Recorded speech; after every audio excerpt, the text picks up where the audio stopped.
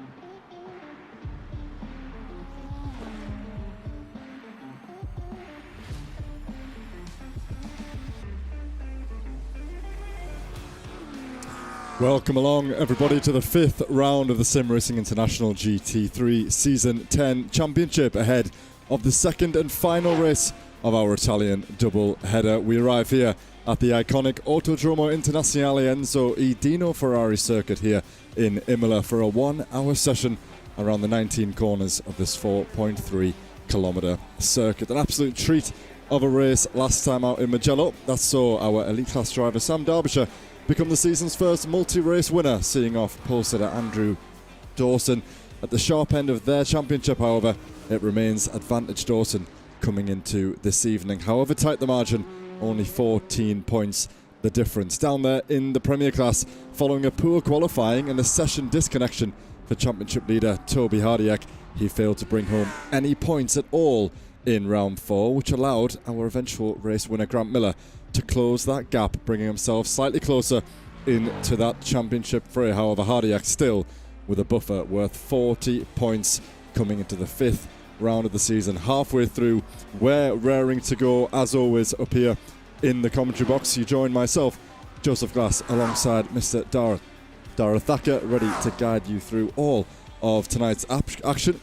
And as the script continues to be written, we'll begin to see it all take shape, and we've got some key battles going out on there, and we're likely to see those continue as we move closer, Dara, toward the toward the business end of this season.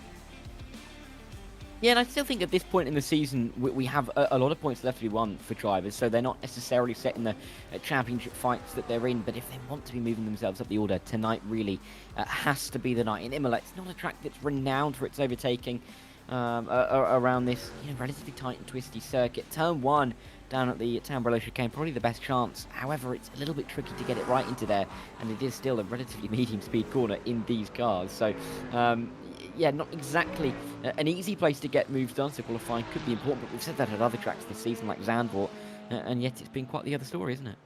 It has, yes. 42 of our drivers out there at the moment on the circuit completing their qualifying session. We'll, of course, join them trackside in just a few moments' time, but first, let's go through the formalities as always then. Starting first with our series sponsors. So a big thank you to the Kame team for continuing to supply the season's trophies that these guys are competing for. SimCoach back again. You can find some private and some group sessions available with those guys at simcoach.co.uk. Trophy AI, the AI alternative for some sim coaching guidance, and then of course Garage Wraps, creating their own bespoke designs, coming and fitting them for you and changing the entire look of your garage. So all the information for all of those guys can be found in the Discord server at SimRacing International. Then the calendar halfway through already. So far, so good. We've had Hungaroring, Zandvoort, Portimao and Mugello, which have definitely served up some pretty competitive sessions so far this season. Following tonight then, that'll be 5 done and 5 to go. The final session in Europe tonight before we head over to the Americas. In Canada first, then a triple header around the US before we head to Asia into Japan for the final race around Suzuka. Some very exciting circuits still on the calendar, still to come. Looking forward to everything that we have left this season. So let's take a look at how things stack up in, first of all, the elite division. So Andrew Dawson comes into tonight's race having got himself on the podium 3 times so far this season, and he'll be pleased that he hasn't dropped outside of that top 4. His worst result coming 3 weeks ago around Zandvoort. Qualifying for Mr. Dawson hasn't been the strongest so far this season, but he did stick it on pole position this time last week, and so arrives into this week's session in fine form. Sam Derbyshire in P2. He's 14 points behind, the only driver in the elite class to have multiple race victories so far this season. Let's see if Mr. Derbyshire can make that 2 off the bounce and 3 in the season to get his challenge right on behind that Mercedes. Jack Plurg gets himself into the top 3, yet to qualify outside the front 2 rows of the grid. He's had a P2, a P4, a P2 and a P4 so far this season, so let's see how he continues that as we head through qualifying. Of course, he'll be looking to keep that top 4 finishing run intact. Of course, him and Mr. Dawson doing well with that so far. Jan Hilden didn't score points in round 3, but he's just 30 away from the top 3 in that leading Mustang, so he'll be optimistic that he can cling on to the back of those. Just 1 podium for him so far this season at Zandvoort, of course, at the expense of his teammate. So we'll have to see how that goes tonight between himself and Mr. Fairley, who has, of course, been right at the front end of those races. Yet to convert a very strong result, though, is the teammate there in Dark Wing Racing. Ignas Finchezewski is back. He took 3 pole positions in his first 3 attempts so far this season. However, missing out on last week's race in Mugello, he allowed that championship-leading Mercedes to capitalise on that absence. Hayden Miller, 194 points. He'll want to get himself across that 200-point mark. I think we said the same thing last week. Sadly for Hayden, he found himself failing to score, did not finish that race. He'll be looking to bounce back and try and bring some good points home for himself and for the team. Lewis Kenyon, yet to get himself inside the top 5. He's finished 5th this time last week. It's been a steady set of results for him so far this season. We said watch out for him last time, and he got that top 5. Let's see if he can improve on that, as he has done steadily so far this season. Just nil off a mix of results for the lead South African driver. A wide spread of points for that Aston Martin, of course, arriving tonight, hoping to pick himself up after a bit of a poor start going into, I think it was turn 6 last week, maybe the opening sector. We saw his stricken Aston Martin making his way around the top side of the circuit. So for him, qualifying crucial, get rid of those nerves and hopefully get away from the mid-pack for Mr. Eloff then. Luke Van Gotel just inside the top 10, trailing, just ahead, of the trailing Pedro Luis da Silva. Steady improvements for Luke throughout the season. A 10th and a 12th to get himself underway, but then a 5th and a 6th really is doubling effectively the points that he had in the first 2 rounds. So let's see if he can keep that one up tonight, the Dutchman for MJK Sim Racing. If form's anything to go by, Dara, looking at Pedro Luis da Silva's results, he should be finishing 9th tonight. He's had a 9th, a 7th, a 9th, a 7th. Let's see where the Portuguese man can find himself in just over an hour's time. Thomas Critchell, a slow start to the season, picked up pretty well in the 2nd and 3rd round, but sadly for him, the Darkwing Racing driver suffered a DNF this time last week, so he's got to do a little bit more tonight if he wants to get himself into that top 10. Josh Taylor, the last man on our results sheet here in the elite class, his best result of the season so far this season, getting himself into the top 10, the only driver in the top 12 of either Split A Championship to reach the 100-point mark. So let's see if the Phoenix Racing Red Mustang can get himself over that hurdle as we continue on this evening. And then, of course, we look over to our other class in Split A. That is the Premier class that had been dominated after last week by Toby Hardiak. 2 wins in 3 races at the start of the season meant that he was the runaway favourite, but in the last week he's been pegged back a little bit. Didn't finish our race over at Mugello 7 days ago, and it has been Grant Miller, Phoenix Racing Red, just across the aisle, who was able to capitalise, and the Scotsman has put himself into position as the closest rival to the Dutchman. Only 40 points split them at the top. We'll see how much that gap could close over the rest of the evening. Scott Kostrick, he wasn't here last week. He was that heir to the throne, but he has slipped back himself. But he is still inside the top 3, and count the McLarens, he's the second of them, but there are going to be a fair few of them inside the top 12 here. 222 is where he sits, but sadly not second, he's in third. Graham Favors is in fourth. He will be looking to cross over that 200-point threshold tonight. He's had 2 top 5s, and that B20 really dragging him down over the course of the season. He will look, as I said, to cross that threshold this evening. Luke Bailey, up and down season. He's finished 2 races, and he's been in the top 2 in both of them, and so that means that he's in 5th in the championship, and it just shows that those top-end results can really be important. But there's a big gaggle of cars that he's in. He's just behind Graham Favors by just 2 points, and only 4 points ahead of Samuel Clark, who himself hasn't had a podium, but yet has shown some really good, consistent results, and it feels like he's improved week on week. 9th, 8th, 5th, and 4th over the course of the season, and let's see if Samuel can go for that podium, that first podium of the season, here tonight. John Ludbrook, the second of the GPX cars, but contrary to Scott Kostrick, who's in the Vertex team, John's in the Xenon team. He's had 2 second places in the 2 races that Toby Hardiak won, so he's a little bit further back, but still very much in contention at the start of the season. If he can finish some races, you can see there's 2 DNFs to his name. Then we go back to Lewis Hammond and Barry Wenman, 2 drivers with similar stories this season, really. Couple of good results, couple of poor results, but it gets them inside the top 10 because of their consistent appearance. Michael Rhodes is inside the top 10, and he can kind of be joined by Jan Osberg on this metric. They're both, well over 100 points. They're both, bouncing around the top 10 in the championship, but they haven't really shown too much. Season's best for Jan Osberg of P7. Season's best of Michael Rhodes of P4, but his next best is an 11th. So really the consistency pulling them up there towards the top 10. If they can get a good result tonight, can they push on from there? And running up the top 12, Hussein Zarakadesla, P5 last time out. That shot him onto this, I was going to say highlight page, but the top 12 with them clear to see. But the Turkish driver, again, looking to improve over the course of the season. That Ferrari, that Ferrari being the only Ferrari inside the top 12. Let's see if he can hold it towards the top 10 tonight. Yeah, very McLaren-dominated set of drivers we have here. Good on them for using some alternative machines like Zarakadesla in that Ferrari, of course. And yes, Mr. Osberg, sadly for him, he's been there, Dara. I must say, he's obviously part of our Glass Tech setup, and he put a video in the other day of his unfortunate results, and he's been in some good positions, and sadly for him, hasn't had the rub of the green so far this season. Let's see if he can bounce back, get himself any closer toward that top 10. So let's do a quick rundown of the team's championship. Just over 17 minutes to go in qualifying. Plenty of time to see if anything changes at the front of either of our divisions. But first, let's run through the teams. Then the Axis SimSports Blue team remain in front. They took over from one of the Vulcan teams this time last week, and it's Codman, Hutchinson, Johnson and Larkman. 624 points for those 4. 44 points ahead of our first Vulcan Motorsports team. The gold drivers of Miller, Derbyshire and Kenyon only 6 points clear of their sister team. Now, of course, we hear from these guys often. They're all working together out there on the track, but when they start sharing the same part of the track, it gets a little bit complicated for obviously who they want to have in front. So at the moment, it's advantage to the gold team.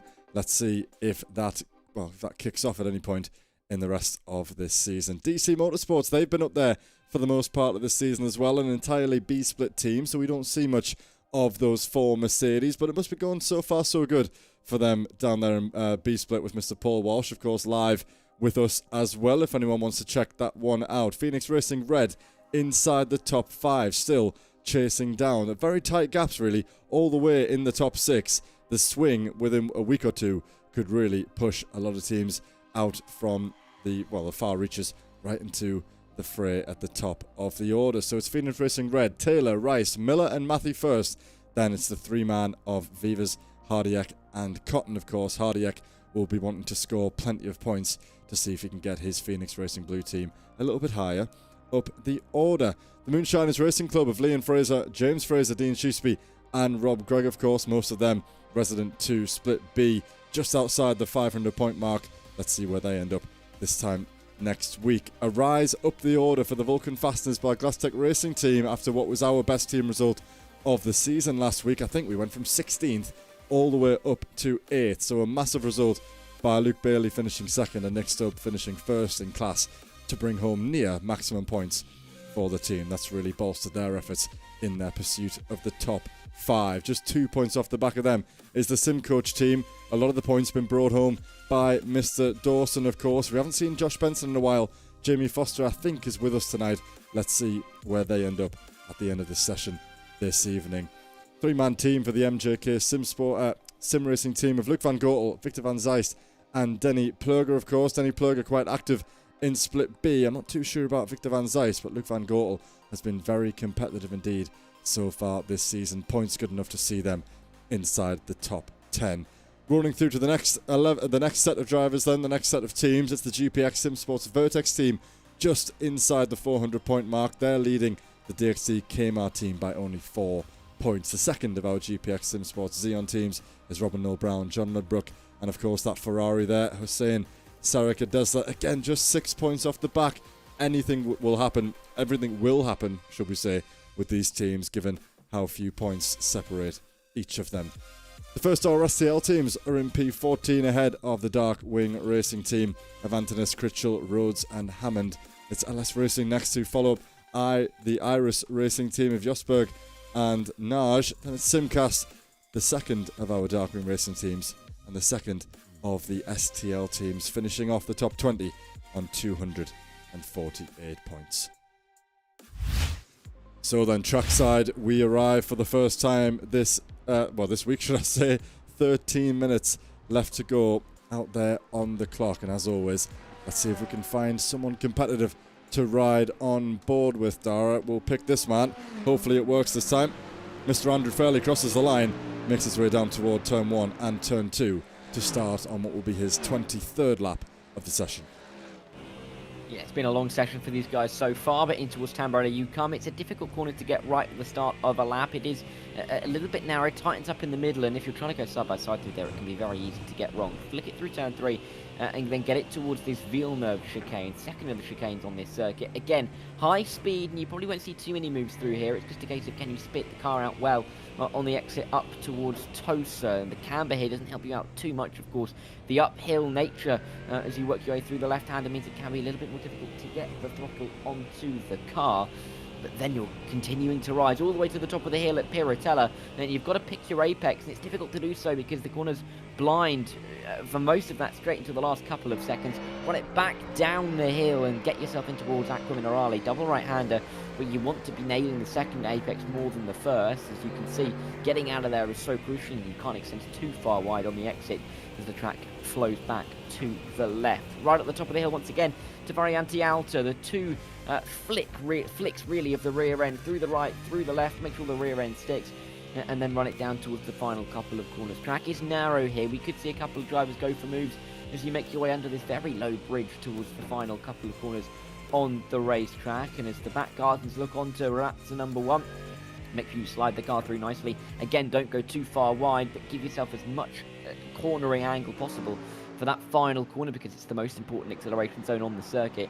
Fairley is second overall for the time being. Is that lap going to be anything special to put him towards the top? I don't believe that it is, but either way, you could see that it was a smooth lap, and I think smooth really is what you needed, Imola.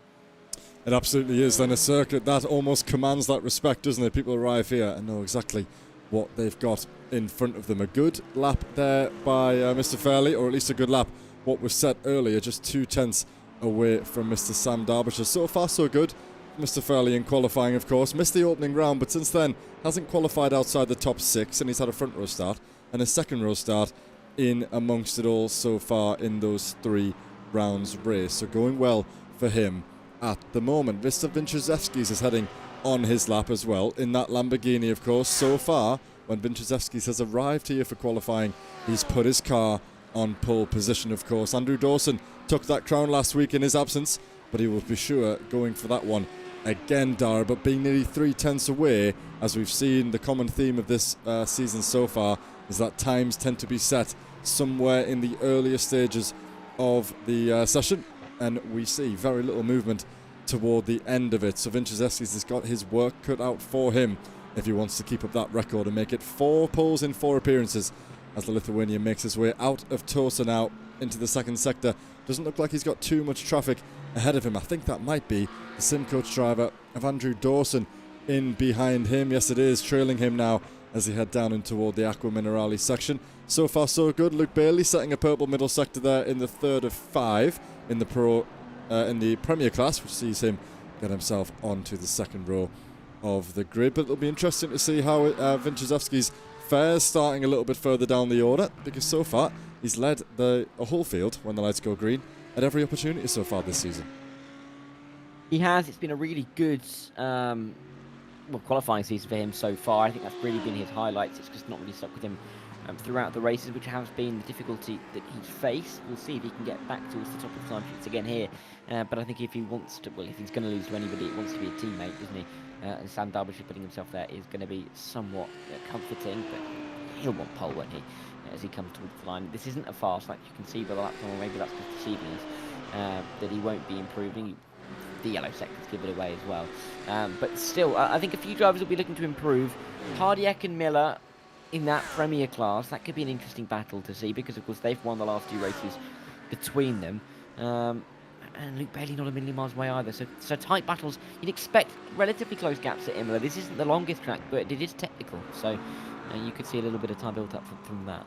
Yeah, very, very technical indeed, of course. Lots of corners coming at you thick and fast. A little bit similar to Zandvoort, of course. Not much time for a break for any of these guys. The straight is, you know, a nice little rest, but it does end pretty quickly. So Tjek Plug, the teammate, of course, of Mr. Vinchezevskis, making his way around the final corner. Deja vu almost, with Mr. Plug being in that Lamborghini, of course. But yes, we'll soon ride on board with Mr. Hardiak and Mr. Miller. They actually have P17 and P18 in the elite class in between the pair of them at the moment. So in the overall standings, Hardiak's in 17th, Miller is in 20th, which will be interesting come the start of this one. A little bit heavy over the curve, so Plug there. I don't think this will be much of an improved lap for him. He may just want to use it as a sighter lap, get himself round, see if he can get the tyres back into a nice window. It looks like he's still pushing though, as he launches that Lamborghini into the second of the chicanes before making his approach uphill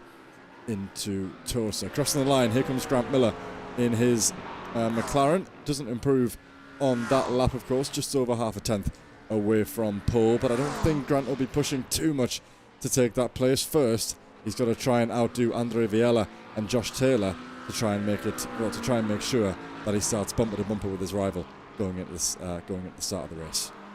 And you want to be, as we were saying, really quite close to your rival at the start of this one, because it's not necessarily a track where we're going to see too much overtaking. So to keep your competitors on a relatively tight leash is going to be really quite critical here for so many of these.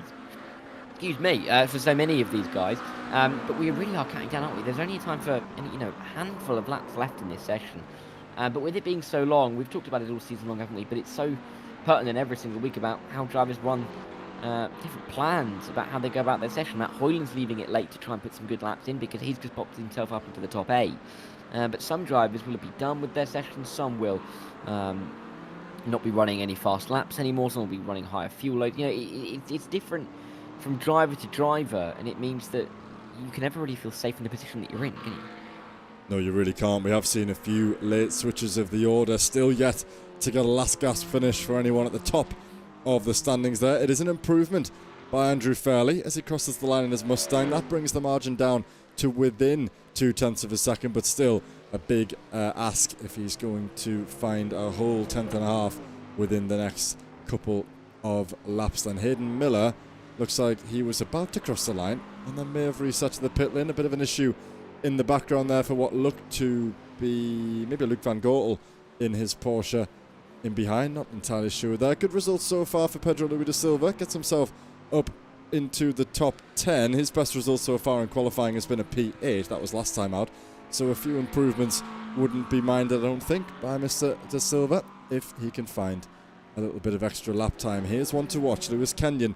We pointed him out last week as being, well, as being one to watch, as I just said, and he actually improved, got his best result of the season. Sadly for him at the moment, this lap doesn't seem to be anything to shout about. No, not for the time being at least. We'll have to go again to see if we can get any further jump from him in the final 5 minutes of this session. Graham Favors, purple final sector. Interesting to see from him. There are, of course, 5 mini sectors across this lap that iRacing have denoted, so it's not quite the final sector that you'd expect coming through Variante Alta and then in towards the final couple of corners. It is just then that final sector, the final 2 corners, but purple sector at this stage of the session is really quite impressive because there have been so many laps set that to get a purple sector like Andrew Fairley has now in the opening part of the lap, it could be dangerous. Let's see, can Fairley snatch pole towards the end of this session? 4.5 minutes to go. No, but he set a lap time that would be good enough in its own right for P2, so clearly piling on the laps that are quicker than most others. It is, yeah. Grant Miller improving quite a bit in Sector 2 and Sector 4, setting a personal best. Let's keep our eyes out because he is just over that half a tenth margin. That could potentially be enough to see him take that place away from the 31 Porsche as he comes around the final corner. He'll cross the line, and will Mr. Miller improve on that lap? It's a 41.5 that he had to beat, and he doesn't beat it on that lap. He's lost more time in the final sector, and the first and third not good enough for that one. We were saying earlier, Dara, a lot of drivers going off into the gravel, which I think just about shows both how hard these drivers are pushing, trying to improve, but also how easily this track can punish you, of course. Even the most experienced drivers will still get caught out, and around here, the track will evolve a lot. There's a lot of, there's not as much elevation as like Portimao that we've seen, even Mugello that we saw last week, but the slightest mistake really can be punishing, and the wall's not too far away around this place. It's not, and you've always got to be wary of it here at Imola because you can get shoved quite hard into one if you're not too careful. And if you're racing a little bit hard, it's very old school. There's very little runoff in terms of tarmac. It's straight to grass and gravel, and then not a long way between that and the wall. So it is a deceptive track, I feel. It almost lures you in, makes you feel a little bit safer than you really are, and then it bites you quite hard when a mistake is made. So one that you've really got to be wary of and be careful. Luke Bailey jumping to the top of the order in the Premier class. There's less than 3 minutes to go, and he's got to pole by 7/1000 of a second. There's barely anything in it. Yeah, that could be a massive time. Jack Plurg also jumped up from somewhere around 8th or 9th, got himself onto the 3rd row in P6. So good results so far for Mr. Plurg, and of course Mr. Bailey, as you say, Dara, 7/1000 of a second. It looked like it might have been Grant Miller's opportunity, but Luke Bailey in that Vulcan Fasters livery has come across the line and taken it away from the pair of them. Will there be a response? Of course, Hardiak's still out there on the circuit. Miller crosses the line to go again. Van Ren is improving in 3 out of 5 sectors. Is it going to be enough for him to jump a few places? Yes, it is.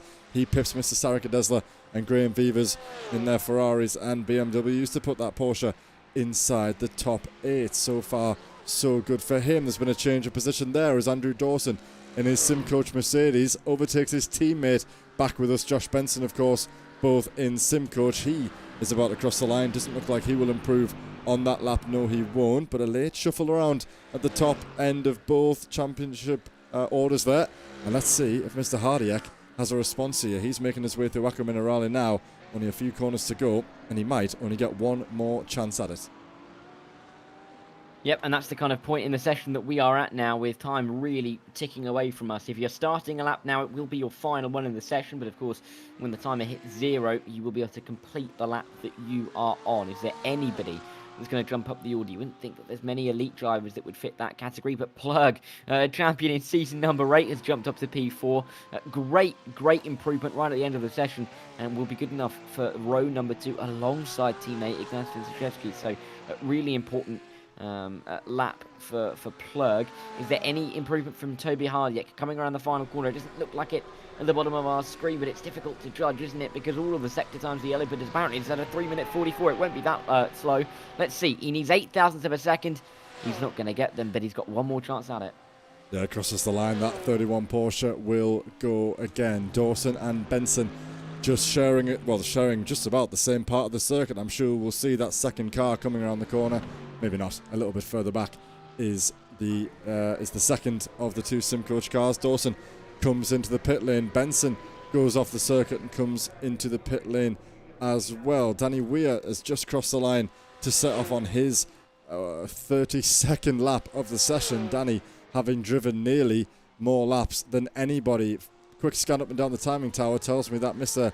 Lucas Diaz Antonis has had the most laps of anybody. He's on his 35th, halfway to go. That's more than anybody by at least 1 or 2 laps. So proper good stuff by Mr. Antonis at the moment to at least, while he hasn't set the most competitive lap time, he's definitely got a good handle on his Lamborghini to be able to put that many consistent lap times in around a circuit like this. Coming toward the end of the session then, only a few more drivers out there on circuit. Let's ride on board with Toby Hardiak as he follows through the Lamborghini to see if he has any chance at snatching back that pole position. Let's see. This is really what it comes down to. I mean, it's been such a long session up to this point, but this final lap is going to be what matters here for Toby Hardiak into the final couple of corners. Has he got enough to just about offset Luke Bailey at the top of the time sheets? It doesn't really feel like it because there's not too much of an improvement, and he's coming into the pit lane. John Lubrook looks like he's improving. Wesley Van Ren looks like he's improving, and by quite a bit as well. He's set green sector times in all 4 of the opening sectors. Can he get himself any further up the order? Just 100 and put him 6th. Let's see for Wesley Van Ren, last driver on the circuit. The number 99 out of the finals, want to get the power down and get to the line in time. It can't quite come soon enough for the Dutchman. Can he jump too far up the order? Let's wait and see. A couple of dents would really put him in the mix. Slower final sector. Was there any jump at all? Yes, there is. What a jump. P4 for Wesley Van Ren, and only a 10th and a half off the pole time.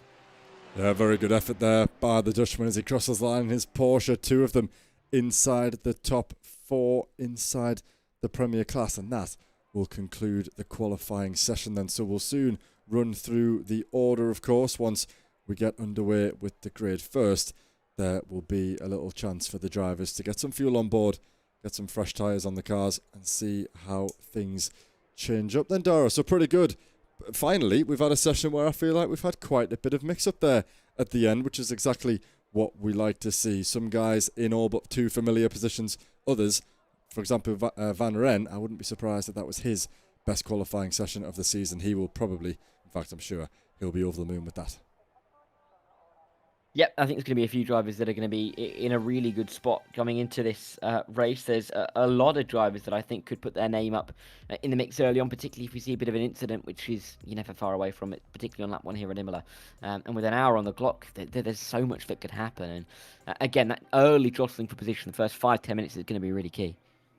Absolutely will be then. So let's see as the warm-up session gets underway. Are any drivers going to come out there on the track? I was looking at some of our previous races here, Dara, around Imola. I noticed this is the earliest in the season that we've actually ever arrived here. We usually keep Imola right toward the back end. We drove here season 1, season 4, 6, 7 and 8, but never this early in the championship. Of course, we've had some brilliant drives around here from many drivers, of course, and lots of memories for a lot of these guys who were out there on the circuit. Fingers crossed it gives us what we've got used to seeing, really. Always some very competitive races around here across our different series as well. Of course, raced here in the TCRs, raced here in the GT4, so you could argue it may well be one of VSR's or SRI's most repeated circuit, given how impressive it is to drive around here. Then Vinciszewski's the first man out there on the circuit, I believe, and is number 100, followed closely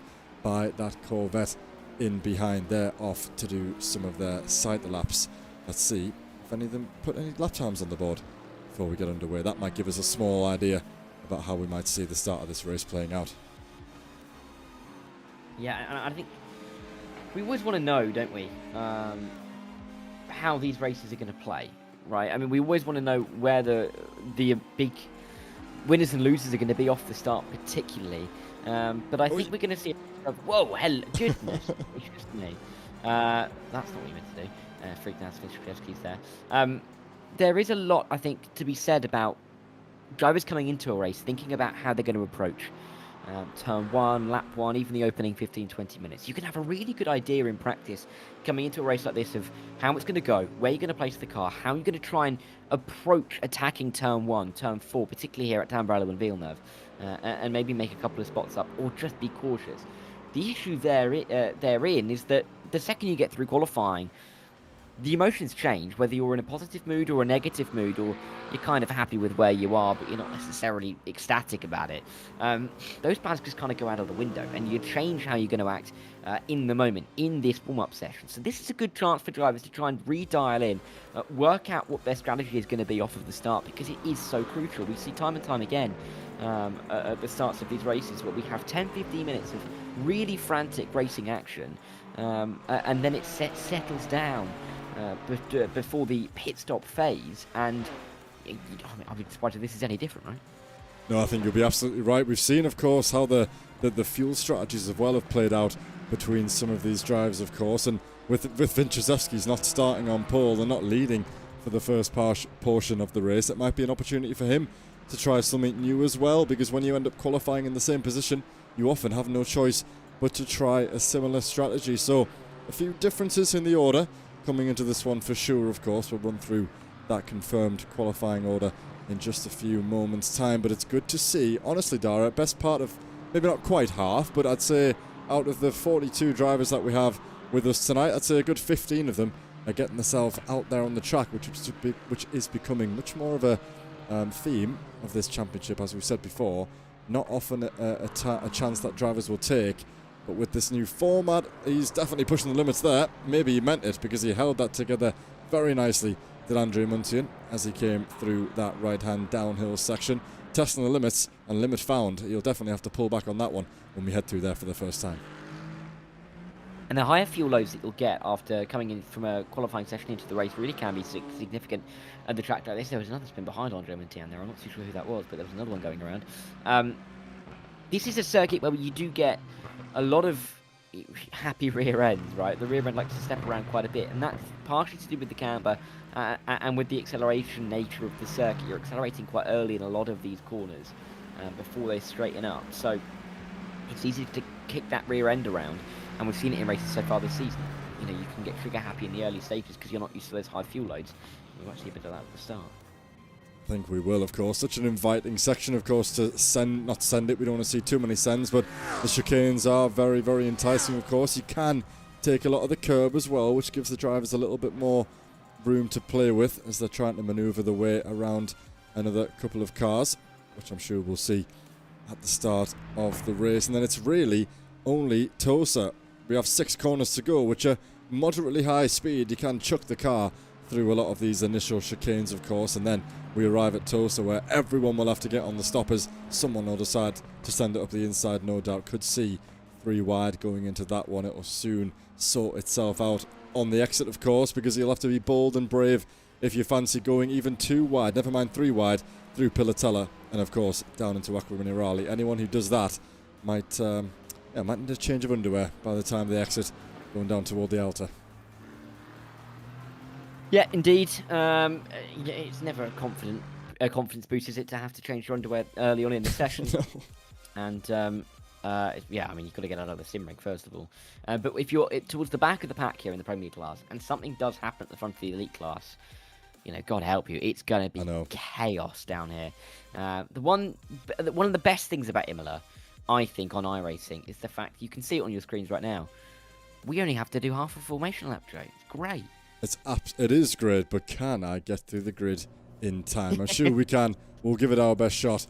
Let's go for it then. So, Sam Derbyshire takes his first pole position of the season. His previous best results, a P3 in the opening round and a P2 in qualifying. This time last week he's improved. He puts it on pole, 140.127 for the Vulcan Motorsports Gold driver.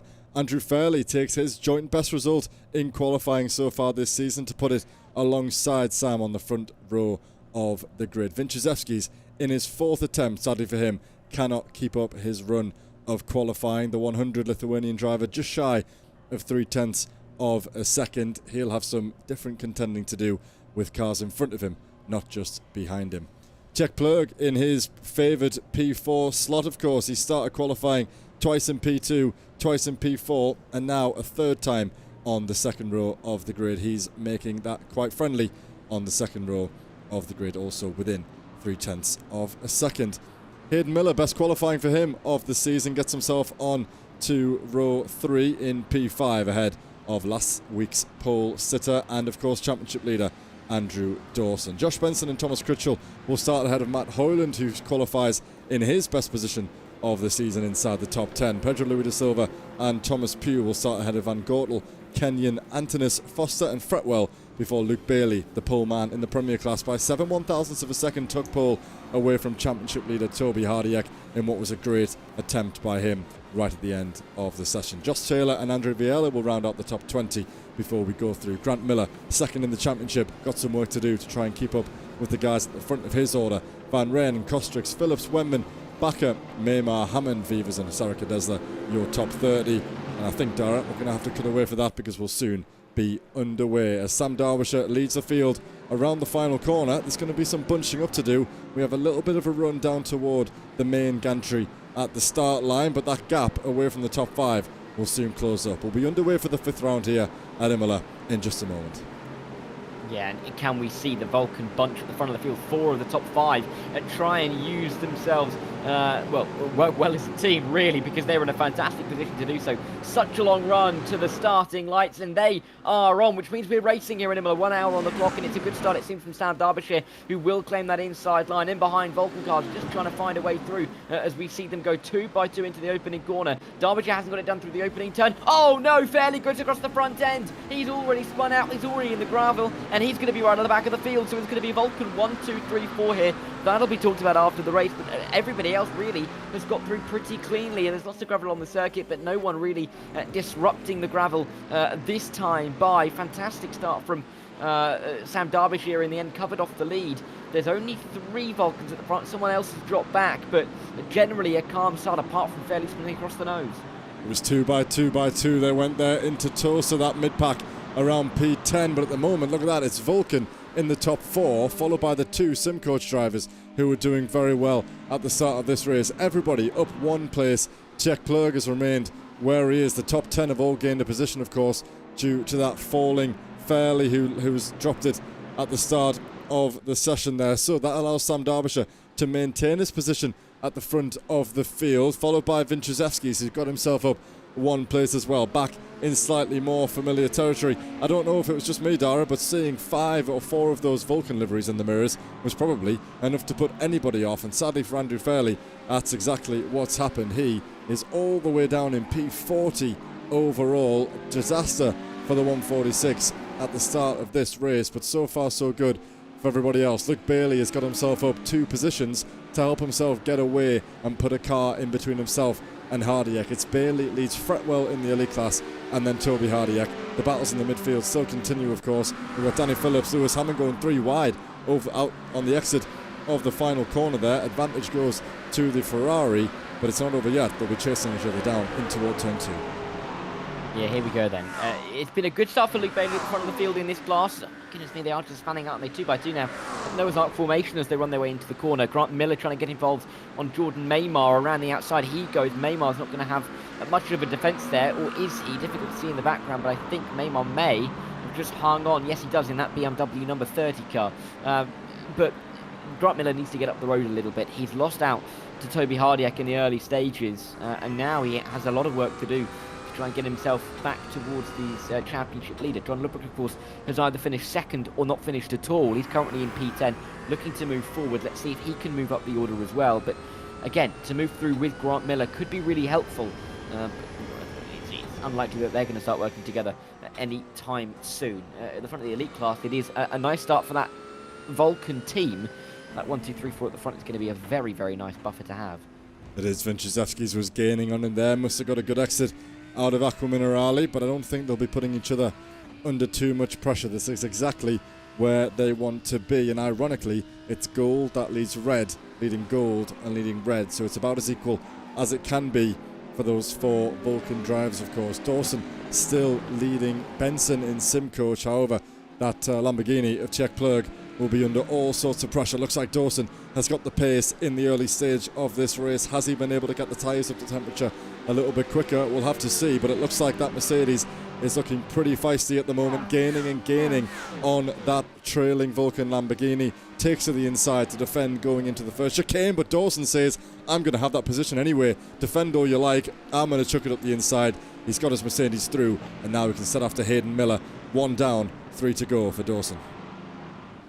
Yeah, let's see how much further he can get up the order now. In these early stages, he's been given a chance, of course, from the spinning Andrew Fairley, who is now right towards the back of the order, and now he's the one to have to try and lay a glove on these Vulcan cars. Josh Benson may get involved as well. Of course, those two are teammates, Dawson and Benson. Let's see if they can maybe work with each other to try and combat this leading group of 4.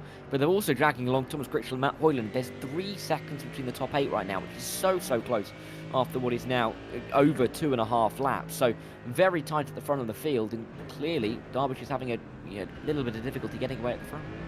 Yeah, it seems so. We've seen that be quite a common theme so far, which is good news for us. That keeps the entire field at the front packed nicely together, of course. Hoyland doing well to stay on the back of this pack, of course. Quick word for Hoyland, you'll see, Dara, he's in a new car. He's changed out of the Mercedes, which we mentioned last week, of course. Ironically, while he was chasing down Thomas Critchell in a Mercedes, he's now chasing down Thomas Critchell in a fellow machine in that Mustang. Got the paint also, did Mr. Hoyland earlier in the week. Looking good, I must say. First time we've seen it out there on the circuit. But I think Hoyland had just had a bit of a, well, I think he had enough in the Mercedes, wasn't really getting enough out of it, was struggling a little bit, so he's opted for the Mustang, which I think it's quite a competitive car this season. Not used too much in this series at least, but it's definitely been picking up in popularity over the last few weeks. So he's decided to make the commit. He's committed to it, and let's see how it goes. So far, he's qualified in his highest position so far this season, doing well to chase down Critchell, trying to get himself in the top 7. Yeah, and doing a decent job to put himself into that contention. I am intrigued as well at the possibility here that we are seeing quite a few of these drivers almost settling down immediately, because what does that mean for the strategy? Not many moves are being put on here in this midfield at the moment, not that they're far apart, but how much are they able to lift and coast? This isn't a circuit where you're at full throttle loads of the time. Think about it, through Acqua Minerale, through the Variante Alta, even through places like Tamburello and Villeneuve, you're kind of half on the throttle through some of these corners, but you're not really pushing it all the way through. So it's a possibility, or it's a track where you could possibly save a little bit more fuel than at other circuits that we've been to so far this season. So that could be an intriguing factor to keep an eye on. Problems for Liam Yaniso at the back of the field. He is dropping down the field pretty quickly indeed. Not too sure what's happened to him, but there might have been a spirit error as he comes down in towards Acqua Minerale. Yeah, looks a little bit left-hand heavy, maybe, on the initial judge there.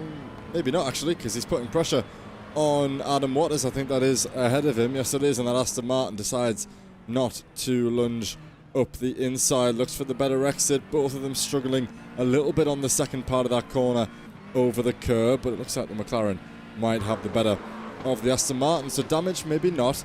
Maybe he's done okay to hold on to that position, but he does now go up the inside of the number 26, who temporarily hangs it around the outside but backs out rightly as they head into the second of the Rivazza corners. And that's one move, one place made up there. And who was that off the side of the road? That's James Pallow struggling in his McLaren, and that definitely has damage. He's missed the pit lane exit though, so he's going to have to go around again, but he's not going to be able to do it, because that car looks like it's done. I wonder if he's just tried to get it across the finish line there to reset to pit lane to not lose the full lap. But regardless, yeah, it's not ideal either way. But yeah, he's in a bit difficult spot in the pit lane, out of contention really at this early stage. We know that we're not going to get a pace car or anything like that towards the latter stages of the race, so it's going to be a very much uphill battle from here. Uphill battle as well for Andre Muntian, going slowly on the inside up in towards Toe. So there's Adam Waters trying to come around the outside of him through the long left-hander. But they're going to be side by side towards Piratella. Look at Andrew Fairley though on the left-hand side of your screen. He's 20th place, 22.5 seconds off of that elite class. We can really now track him in comparison to some of our leaders and how far through the field he can get now quickly as well.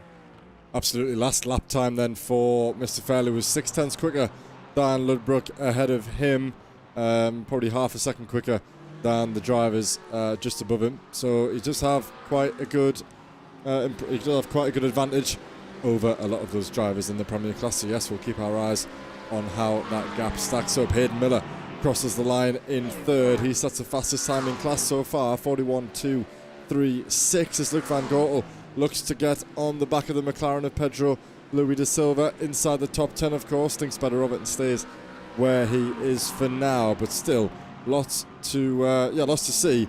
Gap's not so bad, and I must say, Dara, credit where it's due for all of these drivers. Not a single incident warning on the timeline, which is very good to see. Of course, Fairley will have something earlier on, but nothing that's screaming out at me. So that means we've still got the large majority of this field lapping as they expected to at the start of this race, and it's good to see that we have a small, maybe not Zandvoort levels of a lead gap, but to have the top 10 within 6 seconds, have the top 11 within 6 seconds, bodes very well for the rest of this race. As he said earlier, some of these drivers could maybe go a little bit easier on the pace, conserve a little bit of fuel, all the while knowing that they aren't losing too much time to the lead set of cars, of course. But it looks like Luke Van Gortel will once again force the issue on that McLaren. He's got to be conscious of Thomas Pugh in behind him as well in that Mercedes. A nice little battle here between the three of these as Hoyland and Critchell look to get away. All stays the same at the front.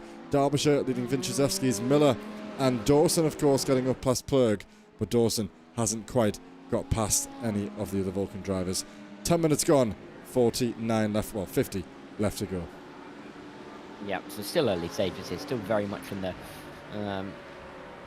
setting out phase of this race. Drivers still getting themselves into a position. Sarah Cadesta going to the inside though, not waiting around at all as he tries to get through on. That is one of the elite cars right the way down the field. Hayden Miller fastest lap of the race as well. Is that on the inside? Danny Phillips. There you go, thank you. Danny Phillips right the way down. It said 22 on the side, but that was a lie. Sarah Cadesta though backing off. We had an off track. That was what the yellow flag meant. Had the off track, lost out to Scott Kostrick as well. And it just goes to show it can all come undone. You know, you can make a move or try and make a move and curate it over the course of a lap or so, and it can all come undone with a little mistake like that. Yeah, absolutely can. Fairley has got himself up past Ludbrook and Grant Miller.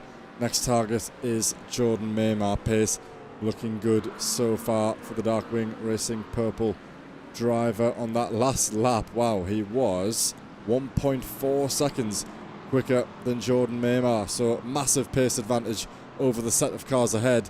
Trouble for Andrew Fairley is they're all quite close together, so you might have to commit to a couple of cars rather than picking them off one by one, but that of course brings its own dangers. Jamie Foster, the closest driver with anybody around him on the track. He's got Lewis Kenyon ahead of him as well. Everywhere you look on this circuit, Dara, it's Vulcan surrounded by a sim coach in the top 5, and also down here in the top 13, 2 Corvettes leading that Lamborghini of Lucas Diaz Antonis, and the gaps at the front doing okay. Andrew Dawson sticking with them, of course, but Tjek Plurg beginning to drop off the pace a little bit, 1.5 seconds down on the top 4. Vinciszewski now takes the fastest lap in the elite class. He does indeed, and he is looking to try and close down on his teammate Sam Derbyshire. I don't believe that was the fast lap though, because it just said Derbyshire set at 1:40. Not sure what's going on quite there. Toby Hardy exits the fast lap in the Premier class as well, so clearly the lower fuel load's helping out a bit, making the cars a bit more nimble over some of these sharp turns, and allows the cars to turn in that little bit easier. Josh Benson staying close to the back of Plurg as well. This is the leading train of cars.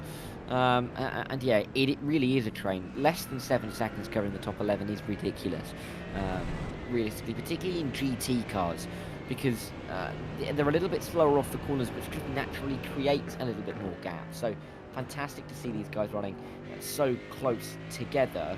But if anything, it does feel like Plurg struggling a bit. 1.8 seconds off the back of Dawson in front, and struggling to keep up with his teammates. Yeah, Plurg struggling a little bit. Benson also seemed in the first sector that he was just lifting off in the mid-corner, not really wanting to put maximum pressure on the back of that Lamborghini. So maybe he's just biding his time a little bit, looking to pick a moment. Looked far more committed over both of those curbs going through the Variante Alta chicane. But on the exit, the Lamborghini has maintained the gap. So it seems like Benson might just be hanging on. You can see there a slight bit of lift going down the hill, not using too much fuel, so he is definitely thinking about the long run.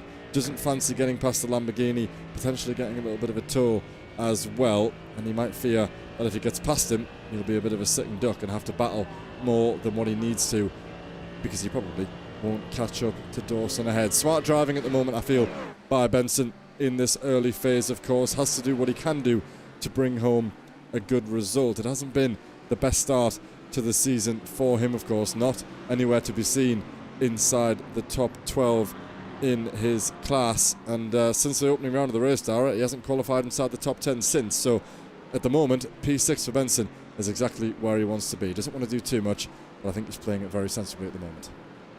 Yeah, and again, just keeping himself safe at this stage of the race is the really important factor. Allowing himself a little bit of time to think about how he's going to approach the rest of the race and maybe be able to out-strategize some of the others as well. Graham Favours right on the back of Ryan Abbott's one of the only Aston Martins in the field. We've got none in the elite class tonight, released in the top 20. But we have got Ryan Abbott, and we've also got Adam Waters towards the back of the Premier class in that new Aston Martin. I say new to iRacing, that is, as well. So Graham looking to try and find a way through, and again, P4 in the championship coming into tonight. P12 isn't really where he expects himself to be. Coming over the crest then, Sarika Desler not letting fairly go. We've said this time and time again, Sarika Desler not someone to care what class the other driver is in. He will give everyone a fair share, but in that instance, a little bit of a battle has led the McLaren to get involved, and that's sent Sarika Desler sideways over Aqua Minerale. That's, well, the aggression against the elite driver there, sadly for him, has cost him 4 or 5 places in class. He won't be best pleased about that, but he invited the pressure from the Premier driver McLaren in behind him just purely by trying to get himself alongside the elite driver. And sadly for Sarika Desler, losing out on some time, losing out on some positions, he'll have to dust himself down and try and get back up to where he was. But that is now Andrew Fairley past. Since we started looking at him, Dara, he's now past 6 of the Premier drivers. That is a cluster. He's got Kostrick to go next, and then he's finally on the back of the elite class drivers. He is, and then he'll be able to start to close that gap down. He's not lost too much time in the grand scheme of things while fighting his way through. He's now only 25 seconds off the lead when it was 22 about 5 minutes ago, which is really a big drop when you think about how much battling he's had to undertake. Here it is once again, up towards Tozer, going right around the outside. Really brave to make that move stick, but gives you it just shows the confidence of someone who did qualify on the front row of the grid for this race, able to get the power down out of Tozer up towards Piratella. And probably this is where Sarika Desler should probably just back out, say, yeah, you have it. But the difficulty for him, to be fair, is with Lewis Hammond right behind him. He's not really allowed to back out. He's not really able to give an inch. And then Hammond, yeah, it's not a particularly smart move to the inside of Aqua Minerale. And Sarika Desler is going to be, I think, just pretty annoyed about that entire sequence, every little bit of it. I'll tell you what, if it was interclass, if it was, 2 elite drivers going side by side, that would have been a brilliant little tussle. You're right, maybe to back out going through turn 9, but alas, that's not what happened, and he probably didn't expect such a late move up the inside of one of the trickiest braking zones on the entire circuit. So all's well that ends well, really. It was a little style points at least for the Ferrari. Kept it out of the wall, no harm done, apart from to his pride and of course to his tyres, which might still be screaming out at him just a little bit then. So Vinciszewski's still in the middle of those 2 Vulcan drivers. Darbush is still leading, Miller still staying with them. More importantly, Dawson, championship leader, still staying with this pack. He is not getting dropped. In the last lap, P1, P3 and P4 set their fastest laps personally of the race, so they're all in fine form at the moment as they continue to push one another through this race. That must be the exact kind of sight that Dawson wants to see, of course. We spoke to him last week, didn't want to make it sound too competitive, but when you see 3 drivers working together ahead and you're up there for the large part on your own, of course, he's got Benson just in behind, but he will be laser focused on these 3 drivers ahead, playing it smooth. I'm sure he'll be waiting for the pit stops to come around, see what he can do in the long run, but he'll definitely be wanting to challenge these 3, knowing that they're sitting quite comfortably at the moment, leading the race 1, 2, 3. Yeah, it's a good position to find yourself in, isn't it, really? And you just don't want to throw it away. Yes, you've got imposter in a way of Andrew Dawson just sticking it in the middle there. It's not too much of an issue right now, and with the three of them at the front, they can work off of each other. And even if they're being really, really cautious, they can probably swap the lead with each other, not have to worry about Andrew Dawson getting through behind because they can defend as a trio, and take it in turns to save a bit of fuel on the back. So I mean, that's looking in the the real long term in this race with 41 minutes still left to go. But they have options, is the point. So differences, or different options that they can take as to how to approach this race. Just thought that Andrew Fairley made a move through on Danny Phillips. He's now up into P18. And with a few seconds between himself and any other car, Josh Benson. What's happening? Is that a disconnect for Josh Benson? But he's dropping right down the order it says now. Let's have a look. It looks like. Oh no! Oh, he's blinking. Yeah, he's blinking. He's blinking very badly. So he is still, I think, in the session, but that will make it very difficult for whoever is racing him. As Matt Hoyland there, as we get the camera sorted out. Matt Hoyland was, I think, very close to getting by, or perhaps I've misread that one, but still, Critchell leading him. It looks as though Josh Benson is dropping massively down the order now. Still hasn't reconnected. I think, Dara, he might have disconnected from the session fully. Let's not jump the gun, but usually you blink out and you come back within a few seconds.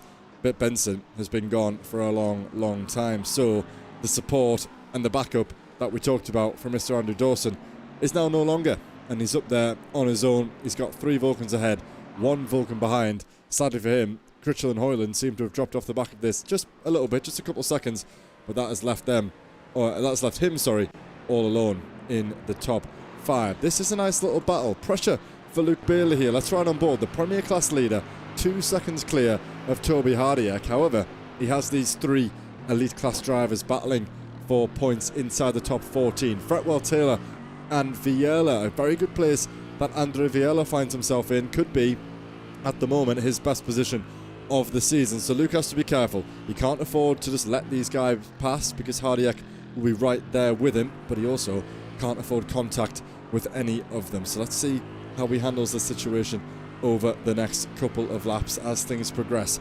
But so far, so good for the man who snatched pole position away right at the end of that qualifying session, doing what he needed to do. And on that last lap, he may well have just extended the gap. As they cross the line, it's a 42.9 for the leader, a 42.5 for P2. So Hardiak nearly half a second quicker, and Bailey has to worry about the cars in his mirrors.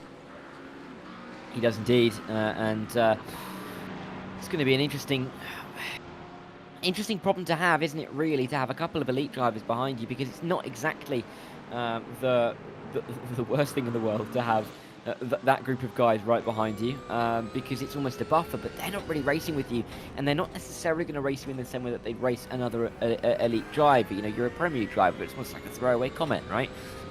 You shouldn't be here, we're quicker than you, we've got a higher iRacing, but Bailey's there, and he has to try and play this smartly here, because Hardiak can see him, but there is that physical buffer between the guys at the moment. But for Alex Fretwell, he doesn't want to be stuck with Josh Taylor and Andre Vieira. He wants to get up the road towards Lucas Diaz-Antun, so he'll want to get through quickly.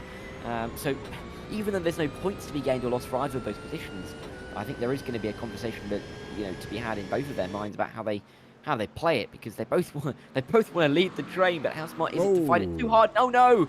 Who is that? That's Vieira going around at the back of that train. Well, it's one less person for Fretwell to worry about.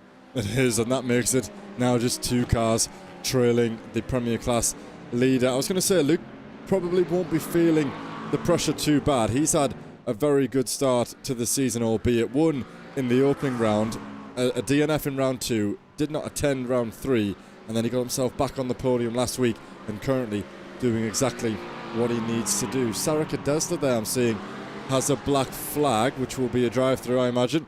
So that must mean he's accumulated enough penalty points already to get himself in the pit lane. He heads in there already, Dara. I think from memory, it's 17 that we're allowed to get in this championship. So somehow, in just 23 minutes, he's accumulated those. I mean, we saw how 4 or 5 of them might have been picked up, but that must have been a pretty aggressive start to this race by Sarika Desler. And what was a very strong position for him has sadly all now been undone. He will rejoin the circuit probably in front, no, he'll be behind Grant Miller as he comes past him at the pit exit, and then Sarika Desler will of course have to stop again for fuel in probably about 15 or 20 minutes time. So sadly for us, night has gone from bad to worse.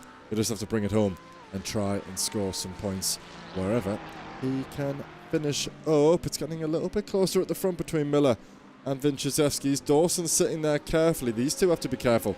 Cannot cost each other time. If they do, that will invite Dawson right on to the back of the pair. Yeah, and Dawson really is the big evil in all this, isn't it? For Vulcan, he is just the disruptor at this stage of the race. I mean, we are flying through this race realistically. Nearly 25 minutes has gone here, and because we've sat in this pattern for 15, 20 minutes, it just means that the laps go past pretty quickly. Derbyshire going faster than anybody has so far in this race at 1 minute 40.7. He's the only driver at the moment in that 1 minute 40 range. But even if you look down to Luke Van Gortel, he's only a couple of tenths per second off. He's only 8 seconds off in P10 after 25 laps. So, you know, if you get the strategy wrong here, or if you overplay it, you could find yourself going down the order quite some distance. And you know, this isn't over yet by any stretch of the imagination. For even drivers outside of that top 5 looking to get a podium, they are close enough to maybe put something on the strategy to get themselves towards the front, but you'd want to be a little bit closer. That gap between Plurg and Gritchell, probably a little bit too big for comfort if you're hoiling Pugh and De Silva, or we're going to see moves made there soon. I think it might be getting to the point where we might have to see Vinciszewski's and Miller swapping places. Maybe that's a bit early to say. I'm not in the car, I don't want to judge, but it seems like Dawson is gaining on them ever so slightly, and it does seem like Hayden Miller is travelling slightly quicker than Vinciszewski's pretty close in behind. Sam Derbyshire set the fastest lap of the session by nearly, I think, 0.2 of a second on that last attempt. So he's done very well to extend and comfortably extend that gap at the front of the pack. But it's looking a little bit too close for comfort between these two drivers. Vinciszewski's hasn't been able to pull away from Miller at all in the last lap. We joined on with these guys at this point 1 lap ago, and he was in just about the same position. In fact, Hayden might be even closer now. We might be about to see a swap for the position, because surely Miller can't just come off the throttle lap after lap after lap while he's got the sim coach of Dawson right in behind him. It looks like he's going to get that move. They should let him through. Yes, he has, and they've done that about the best that they could do without inviting Dawson back into the fray. He might have just let Vinciszewski's into his clutches, but if they can let Derbyshire and Miller get away with it, maybe Vinciszewski can defend away from Dawson to allow the two of them at the front to pick up a few faster lap times and extend that gap. Yep, and that's the key for them at the moment. Oh, is there a bit of a send inside line? Big send from Andrew Dawson. It's good, it's bold, and it's brilliant in the end. Vinciszewski's a little bit trigger happy on the exit of the corner, but Dawson surprised Ignace with the move. But it looked clean to me from the camera angle. We're going to have to see it again, of course, but got to the inside line, controlled it, didn't push him wide too far, and Andrew Dawson to P3. Great move. Absolutely, we will find that, and we'll have a look at that one again. It didn't seem like he was going to make that move, but I think, almost as we were saying, Dara, he kind of left Vinciszewski's in the clutches of Dawson, and it did not take him long to capitalise on that. Dawson would have been watching that battle, knowing that Vinciszewski's may have been struggling a touch more than Miller, and he's decided to seize that opportunity almost at the first opportunity. So very, very good move. Well done by Mr. Dawson. We can take a look at that one again now. Let's see how we got that one done. Let's ride on board with the Sim Coach 194. He's not that close, but he just gets it late on the brakes, shows Vinciszewski's his intention to get the move at the inside, and you can see there, Dara, you were absolutely right. As Vinciszewski's got back on the power, he was just a little bit too aggressive on it, and that just cost him on the exit. You can see the rear end just steps out as he tries to retaliate against Dawson there to try and get a better exit. Sadly for him, it didn't happen, and he now has to settle for fourth. And now that's 2 of the Vulcan cars checked off for Andrew Dawson, and there's 2 more in front of him, and he's got over half the race to do so. It's going to be tricky, but he's in a good position to have worked his way through what is the most formidable team in this SRI Championship for the season 10 of the GT3s. Lucas Diaz-Antunes, the Swiss driver, not a million miles away from home here at Imola. Bit of a trek across the plains of northern Italy after getting through the Alps. However, the Swiss driver is right on the tail of Josh Taylor, who is more likely to refer into Bologna from the UK. Inside line, I'm going to stop waffling because Lucas has made sure that he's got stopped very nicely, and in a very similar move to what we just saw from Andrew Dawson. He looks like he's got it done. The difficulty is, though, Taylor's got a very good exit, and they have gone to his Piratella. We can see Lucas back out here.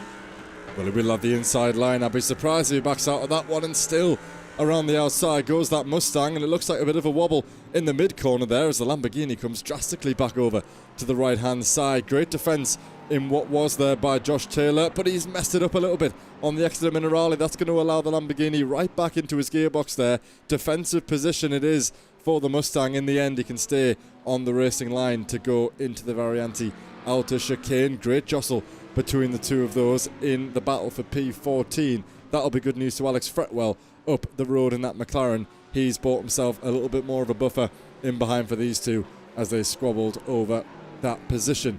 Sam Derbyshire checking out a little bit now. 1.3 seconds, the biggest gap that he's had so far this race, and it's 2.7 down to Dawson, who is again dropping off the back slightly of Hayden Miller. So we could be about to see things settle down as we approach the halfway point of this race. Of course, pit stops will be crucial. We've seen that more often than not this season, that some guys have a drastically shorter pit stop by a good number of seconds over some of their rivals, of course, with differing fuel levels required not only by the driver's style, but also, of course, by the machine that they are in. Some of them are big fuel guzzlers, some of them not so bad. So this gap that we have just over 4 seconds inside the top 5, we're bound to see some changes at the front when we eventually arrive into the pit stop sequence.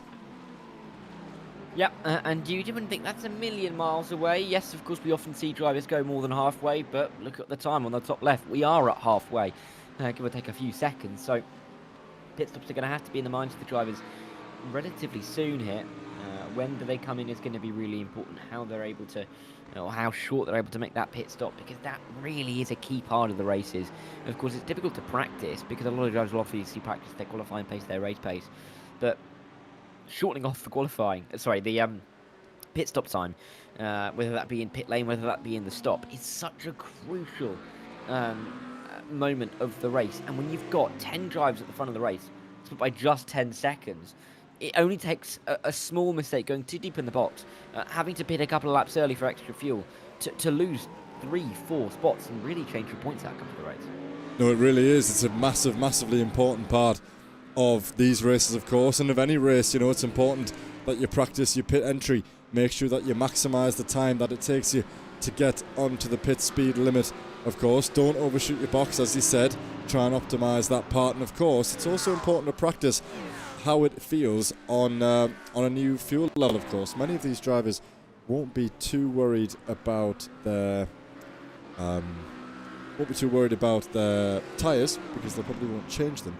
However, they will have to be ready to test out how the car feels on that higher fuel. If you can just bear with me a moment, I've lost sound on my system, so everything's still coming through for you guys, but I need to go ahead and check that on my side, Dara. So I'm not sure if I can hear you. I can see your audio will move, I'm sure. Hello. But if you just cover me for a moment, see if I can get that back. Okay, we'll just allow him to get that all sorted. Still lots of time left in this race. Pit stops are starting to happen, though, particularly in that Premier class. Hammond, Vavers, Grant Miller. He was running in about 4th, 5th place. So early pit stop for one of the drivers who was right towards the front of the field. He has lost some 43 seconds. So keep an eye on that margin of about 40 seconds for cars to come out. Therefore, Andrew Fairley, who has been in the box, he'll be looking to come out, yes, around Josh Taylor, Lucas Diaz-Antunes. We'll see if he's able to gain any couple of spots from pitting earlier and giving himself some free air.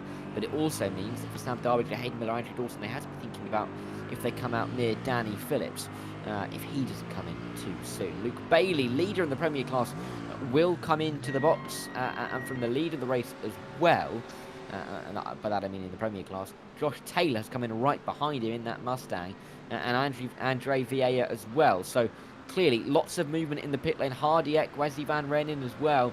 Many drivers can't get through halfway, Joe. No, I'm surprised that Mr. Hardiek didn't fancy doing something different. Let's see, we can see them both on our screens now. 1-2 in class after the pit stops. Let's see who gets off the mark first. It should be Bailey. If it's not, he really has underdone it in this pit sequence because he came in so much sooner. Let's see, he gets away. How long is it going to take for the 31 to get away? Painful as you watch your rival leaving you in the dust, and that is a long stop, I think, for Mr. Hardiak there. I get the feeling he's going to have lost time. He goes side by side with the 127 as they exit the pit lane. That's Andrea Viella in the elite class. It looks as though that Ferrari might have just got his nose in front. Yes, he has. Not the best for Toby Hardiak. Let's compare those times between Bailey and Hardiak. Let's see. Luke Bailey had a stop of a 22.9. Toby Hardiak, had a 22.6. Is that right? Or am I reading the wrong name? No, he did have a quicker time, Dara. Not all that much lost. But anyway, we'll see what happens once he gets himself by Mr. Andrea Viella as things go on. And we are back now, everyone. Thankfully, it was a little bit off-putting when everything left, but I could see that it was also going well on server side. So we continue on, of course, still waiting for the leaders in the elite class to come in. But as we said, from Critchell all the way down to Foster, they are all in the pit lane now. Some changes in the order I'm sure we're bound to see very, very shortly. But Derbyshire and Miller just about a third of the way through the lap. We'll see if they come in on what will be the 21st lap of this 1 hour race.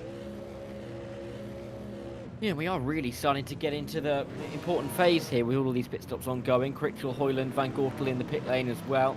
All of them from that front group of cars. So important moments in these pit stops, but it all means that it's getting a little bit easier for the guys at the front to put into some nice clean air and not really have to worry about these guys undercutting them, because by rights they should have or have had longer pit stops, and these guys are going to have to deal with leaders or newer leaders in the Premier class after the pit stops from our original leaders. Kostrick, Wemmen and Lubbock are in, should allow Bailey, Hardiak and Van Ren to retake their positions at the front of the order. Through goes Bailey. Hardiak and Van Ren will follow suit pretty shortly, you'd expect. We're talking about that 43-second window, give or take. Thomas Critchell is about 50 seconds off the back of Sam Derbyshire. Should be pretty comfortable coming in there, as we'd expect. But it just gives a little bit of perspective as to how far back they've dropped. For Andrew Fairley, he was able to get through on Josh Taylor. He's only a couple of seconds back of Alex Fretwell, and he is some 15 seconds away from the rest of the pack. But it's going to feel a lot closer off in a minute, because these guys they're all coming in, Joe.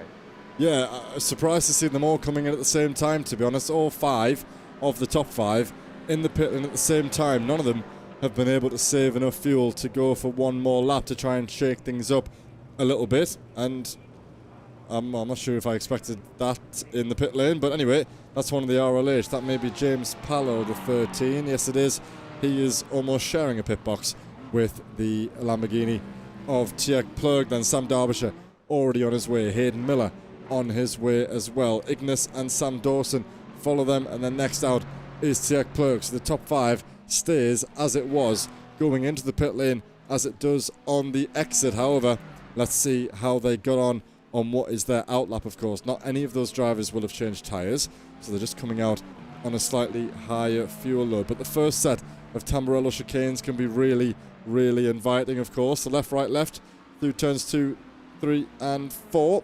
Interesting, obviously very, very difficult to do on a brand new set of tyres when they are cool, but obviously they'll be well used to how these tyres feel by now. The first slow speed corner on the lap as they are into the second sector at Tosa. Of course, difficult as we've seen already, drivers losing out on some positions at different points in the race, but also pretty tricky under braking. So the 2 moves that we did see going into there were very well executed to make sure that you get that one stopped and don't run wide. Aqua Minerale doing nicely for the 166, leading this race, satisfying to get right, and he absolutely did there. So that'll give Mr. Sam Derbyshire a little bit of confidence in his machine for this final 22-minute stint of this race. And then you roll the car through the next chicane into Ravazza, and he's not going to have to do that too many more times so far this evening. Well over halfway now, 20 minutes to go.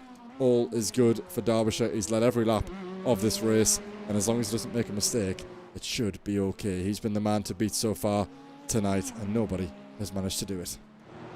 No, he got that launching towards turn number 1, and that was the real key here. He's been able to defend from his teammate, and then, you know, the others have kind of lost out to Andrew Dawson, but Andrew Dawson's not really close enough to worry them, I don't think.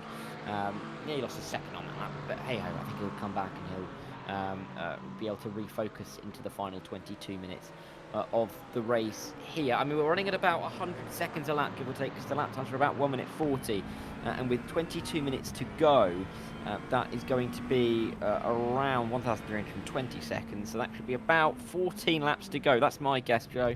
So still a long way, many trips towards Tamburello, but they start to run out very quickly indeed. Critchell, big mistake from him. Yeah, we'll have to go back and see what happened there. It looks like it might just be a mistake going off the track, going through the first chicane. Did he potentially take a little bit too much out of that first inside curb? Has that spat him over the gravel, or was it a moment of oversteer? Let's have a look as he goes over to the second curb, bounces those right-hand tyres, gets himself all loose, does a nice little pirouette, gets himself going again. Time lost, but at least no damage anywhere on that Mustang. Won't be best pleased, but it's better than picking up some damage. That's allowed Matt Hoyland then to finally get through. Vinciszewski's and Plurg, those two Lamborghinis sharing the same part of the circuit, but good news for this man in his Mustang, doing him well so far, and he'll be pleased to see that his competitor is off. I mean, he probably enjoyed the racing, but at least it might spell a good result and a good finish for Mr. Hoyland. It's exactly what he's needed so far this season, and I feel like he'll be very happy with his decision to move into that Mustang. Yeah, I think he will be. It's been a good workhorse for him over the course of the night, and that really is what the Mustang is, isn't it? You know, how funny, Ford Mustang Ford, but it really has been good for him over the course of the evening. Nice to look at the track map over there. You can see that Sam Derbyshire has a lot of space to drive into, really. He's only got about 4 cars in front of him over the next few corners, which will worry him. It also means we've just seen that Graham Vavers has had a spin down at Aqua Minerale because his car stopped and he's lost a big chunk of time to the cars in front of him. We might have to try and see what happened to him there. But he is down in P11, and again, for someone who comes into the championship in the top 5, it's just not a good result to be outside the top 10. No, gets it in there. Aqua Minerale, is it going to be a spin of his own? Yes, it is. And then, no, he doesn't get a helping round. Brilliant reactions by the McLaren in behind. I'm going to guess that was Michael Rhodes. Forgive me if I'm wrong. I wasn't. Let's ride on board with him and see how sketchy that one was as the BMW lost his rear end. A little jink to the left. Nothing too difficult there, but good avoidance by Rhodes to get past him there. Sadly for Graham, he'll recover nicely. Van Ren under a little bit of pressure there by Lewis Hammond, who's putting him under pressure. Danny Phillips looks like he's gone around. Yes, he has. That is definitely in the first sector before the second set of chicanes. It's all kicking off now a little bit, now that the drivers have been and gone through the pit stops. Let's see what happened to him. Is it going to be shades of Critchell? No, it's not. It's on the entry, loses it, carries far too much speed, and it's quite a mundane slow spin in the end. Gets it stopped, backs it off the track, and gets himself going again.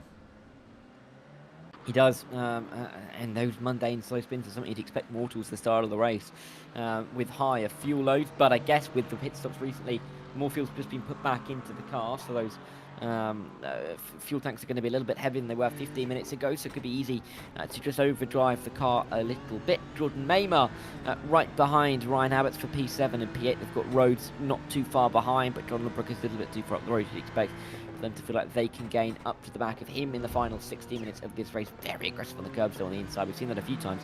At the moment though, up in the elite class, Plurg and Vinciszewski, the teammates have battled. Ignace, oh, what's happened to Ignace? He must have gone around somewhere. He has. No. Was there contact? Was there not? But again, a mistake from Lithuania in the race. Yeah, I think there might have been. Dara, let's go and have a look. Plurg past Vinciszewski's. Of course, it's Plurg, I believe, behind Ignace coming into this sequence. Ignace may lose it on his own. Yes, he does. Oh, it's no contact. Thankfully, that's not what we would have liked to see. Let's ride on board with that once more from the perspective of Plurg as he heads through. What does he see from his teammate? It looked good in the mid-corner, but he completely missed the apex and had to get that one stopped to avoid contact with the Lithuanian driver. So, disaster for Vinciszewski's. He's recovered into 10th. That promotes Hoyland up into 6th actually, but Luc van Goortel has got past him in all of that. Let's see if we can find where that happened, but for now we'll just we'll accept it for what it is. Van Goortel up into the top 5. His joint best result of the season came in a 5th place finish around Portimao in the 3rd round, so pretty good for Luke. And of course, that coming right toward the final quarter of this race, that will fill him with hope that he can try and hang on to this one in the final 16 minutes. But Matt Hoyland, if he has a chance, he'll definitely try and change that. Yeah, and there's not really long left to find out whether he can or not in the closing stages of this race. Here we go, Hoyland getting through on Van Gogh. I mean, it was just wide from Luke, isn't it? Allowing Hoyland the space up the inside. Can he get this move done? Doesn't really look like it. There is the fluorescent yellow car. Up and under, is it going to work? It looks like he's going to get an overlapping towards Tozer, but the outside line's not particularly favourable. Slight bit of contact. Hoyland's not going to be able to get it done just yet, and as they run towards the setting sun up towards Piratella, Van Gortel's just about going to hold on. He is there. Good defence by Van Gortel on Hoyland. It looks as though he might have got that job done at the inside of the chicane, but he managed to defend nicely around the outside, making it difficult for Hoyland at any other point. Let's quickly jump back and see how Van Gortel took that position away from Hoyland. Looks quite far back going into this one. Got a massive, well, look at that, both of them massively over the curbs. Let's watch that again directly on board this time. It looks as though they both took a huge bit of commitment over that curves, but he's absolutely nailed it, Van Gortel. Hoyland getting a little bit caught up by those drivers. I believe they will be under blue flags more than likely. And sadly for Hoyland, the little bottleneck has allowed Van Gortel a clean run through the Variante Alta, and he is up, gets himself past the Aston Martin. Hoyland follows him through. I'm sure Hoyland will want that one back as soon as he can. Still putting him under pressure here. One of the few battles that we have out there on the circuit. Just over 15 minutes to go. Yep, as time does start to evaporate away from us, can Hoyland get through? We'll have to wait and see. Muntian, I mean, there's all sorts of flags going on down there in the Premier Class. Black flag for Muntian. A night Scottish flag for Rob Mackay. What does that mean again, Joe? Please remind me. Go, please, go again. The black and white one at the bottom with Rob Mackay with the cross. I don't know. Has he left the session? Maybe. Remember? Is it connection related? We did, but I think you told me what it was, and I've forgotten already. I clearly forgot as well. But there was, we had a black flag. We've got that flag, whatever it is, and we've got that black and orange flag for James Pallow after he had some contact. So it is a bit of a smorgasbord of lack of colour with a lot of black down there in the Premier Class, but lots of different flags. The marshals are furiously waving around the circuit. It just goes to show that it's been one of those races here at Imola. The pit stop sequence really did split up the cars towards the front of the field. Andrew Fairley, though, in all of this, remember, after about 6 minutes, I said, keep an eye on his time. He was only about 22 seconds off the lead. Another, 40 minutes later, he is only 29 seconds off the lead. He's lost about 6 seconds while fighting through traffic, which is really quite impressive. Still in the top 13, and only about 4 seconds behind Ignaz Wyszynski's for a top 10. So what was a really, really poor stop for Andrew could still be a decent enough night in the championship for him. Well, a quick Google, Dara, has told me that is the disqualification flag, which we probably should have realised, actually. So Mr. Mackay, sadly for him, has picked up what I would imagine is 22 incident points and has therefore been disqualified from this session. He joins Sarika Desler, who is out potentially by choice, having gone in for a drive-through penalty. And, of course, James Pallow, damage early on, means that he will not complete the race. He's got a meatball flag. That car probably won't come back out onto the circuit. Hoyland making the most of his car while he is out there on the circuit, putting pressure on the 114 and the 123 doing well there, but Luke Van Gortel dipping a tyre into the gravel. That's not ideal, but the next braking zone arrives quickly so he can recover all that speed that was lost. But Hoyland, it could be his opportunity. It's a risky place to make a move going through the left-hander at Piratella, but if he's going to fancy it, he might have to make it stick. He's not. He's going to hold on. That means he probably won't do it going into Aqua Minerale. He might just bide his time here, Hoyland, because he knows that he's not going to catch up to the top 4. And if he can put Van Gortel under pressure, maybe he doesn't need to put himself side by side. He can maybe force that error on, he can force an error on Van Gortel without really getting anywhere near him. And that will be a smooth way to get yourself into the top 5. It will indeed, and not a bad place to be either. At this stage of the race, points very much on the table, and good points at that as well. So looking pretty good for the time being for these guys. Lewis Hammond, he had the issue, didn't he? Well, I say the issue. He was the one that crashed in a way, or stuck it down the inside of Saraka Desla into Zach Minerali a little while ago. He's still in the top 7. But what has happened? Is it him, Joe? Yes, it is. Yeah, it is. 2 toes to that. Getting it all wrong. That's why he's dropped a few positions. But yes, you were right. Getting a little bit caught up slightly earlier on. Although, with all those spins, still inside the top 7. So doing very well indeed there. Thomas Critchell is in the pit lane again. Look at that, Dara. So many drivers with black flags. Critchell, Kenyon, Taylor and Fairley all in the pit lane serving a black flag penalty. Andrew Fairley has crashed. I think I might have just clicked on the wrong one there. Yes, I did. Andrew Fairley, here he is. He's had an incident and crashed. That might be why he's gone into the pit lane. That car has already got masses of suspension damage, and he pulls over to one side and retires, and he'll just jump over the pit wall and he'll appear in the pit lane. There he is. Yeah, so in the end, it's not going to be a good night for Andrew Fairley. He's just not going to score, really, is he? So, disappointing for him. We've got a lot of work to do in the championship now, but I'm sure he'll come back next week with a bit of a vengeance as we work our way across to North America for the second half of the season. Luke Bailey still trying to be quite competitive here, not to the back of anybody that he'll be really worried about. He's on the back of Josh Taylor, who won't be there for much longer because he's got a black flag to serve as well. But that gap to Toby Hardiak, maybe not as comfortable as it once was for Luke Bailey. He's got to be wary. 10 minutes to go. Don't want to throw it away at this stage, right? Yeah, he can't afford any mistakes, but as we said, that Mustang ahead of him should be peeling out of his way in the next couple of laps. When you get a drive-through penalty, you have 3 laps to serve it, so Luke will know that, and he'll know that he can just bide his time for the moment as long as he isn't being held up, and eventually that Mustang will move out of the way. If we switch back over here, we'll see that 4-second gap reduced to 3.5 seconds, so Bailey is losing a little bit of time in behind the Mustang ahead. He might have to get his finger out here and get a move done if the Mustang chooses to stay out, which he does, so that now changes things for Luke Bailey here. He might not be so comfortable sitting where he is if he's being cost lap time lap after lap here, because time is running out, of course, for Hardier to catch up. But if he were to catch up, time is also running out for Bailey to make that move and reclaim the race leading position. Gaps come down from 4 seconds to 3.5. It's now 2.8 as they cross the line. It really is starting to be crunch time for Bailey. Hardier pushing here, and he's got to try and get past the Mustang. He really does. It's going to come down to a crunch point in a minute. Oh, Thomas Critchell's been disqualified as well from this race. Now knowing what that flag means. So clearly track limits being a problem for a lot of these guys. Bailey, though, has to be careful on the track limits himself. Doesn't want to be putting himself in any kind of risky position, especially when he's in a battle with a car that's not even in his own class. Inside on it, Piratella not going to work out this time by. But Josh Taylor, just almost in the way for Luke Bailey now, and he's just going to be straining to get through because he can see that the gap to Toby Hardiak coming down all the time. God. And he knows that Toby would like to make it 3 wins in 5.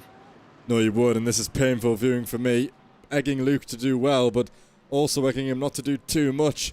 That might ruin his own chances as he's putting loads of pressure on Josh Taylor. Again, another lap goes by though, so we will have to remember eventually he will have to come in. I'm not quite sure why Josh is staying out at the moment. He is effectively interfering a little bit with the front of the Premier Class, which he's entitled to do, but it'll be exactly what Hardiak wants it to be. He's brought down 2 seconds on that last lap alone, and it's really not helping Bailey out whatsoever. As the camera pans, has the Mustang come in? Yes, he has. Bailey's been freed now, but it was a 4-second gap 2 laps ago, down to 1.5 seconds. 2.5 seconds gained in just 1.5 laps there by Toby Hardiak.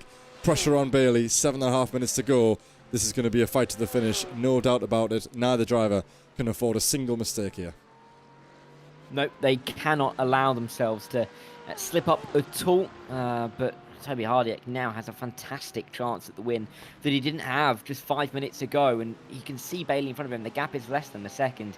This is going to come down to the wire. Your eyes widen, don't they? You just think you're going to almost process your way to the finish of a race like this, especially when you've only got about 10 minutes to go. But then all of a sudden chances arise and Luke Bailey is driving nervy. You could just see there wiggling his way out of Tozer, and all of a sudden his heart rate's increasing. You can just tell. And if you're Toby Hardiek, seeing that in front, that can only give you a huge boost of confidence.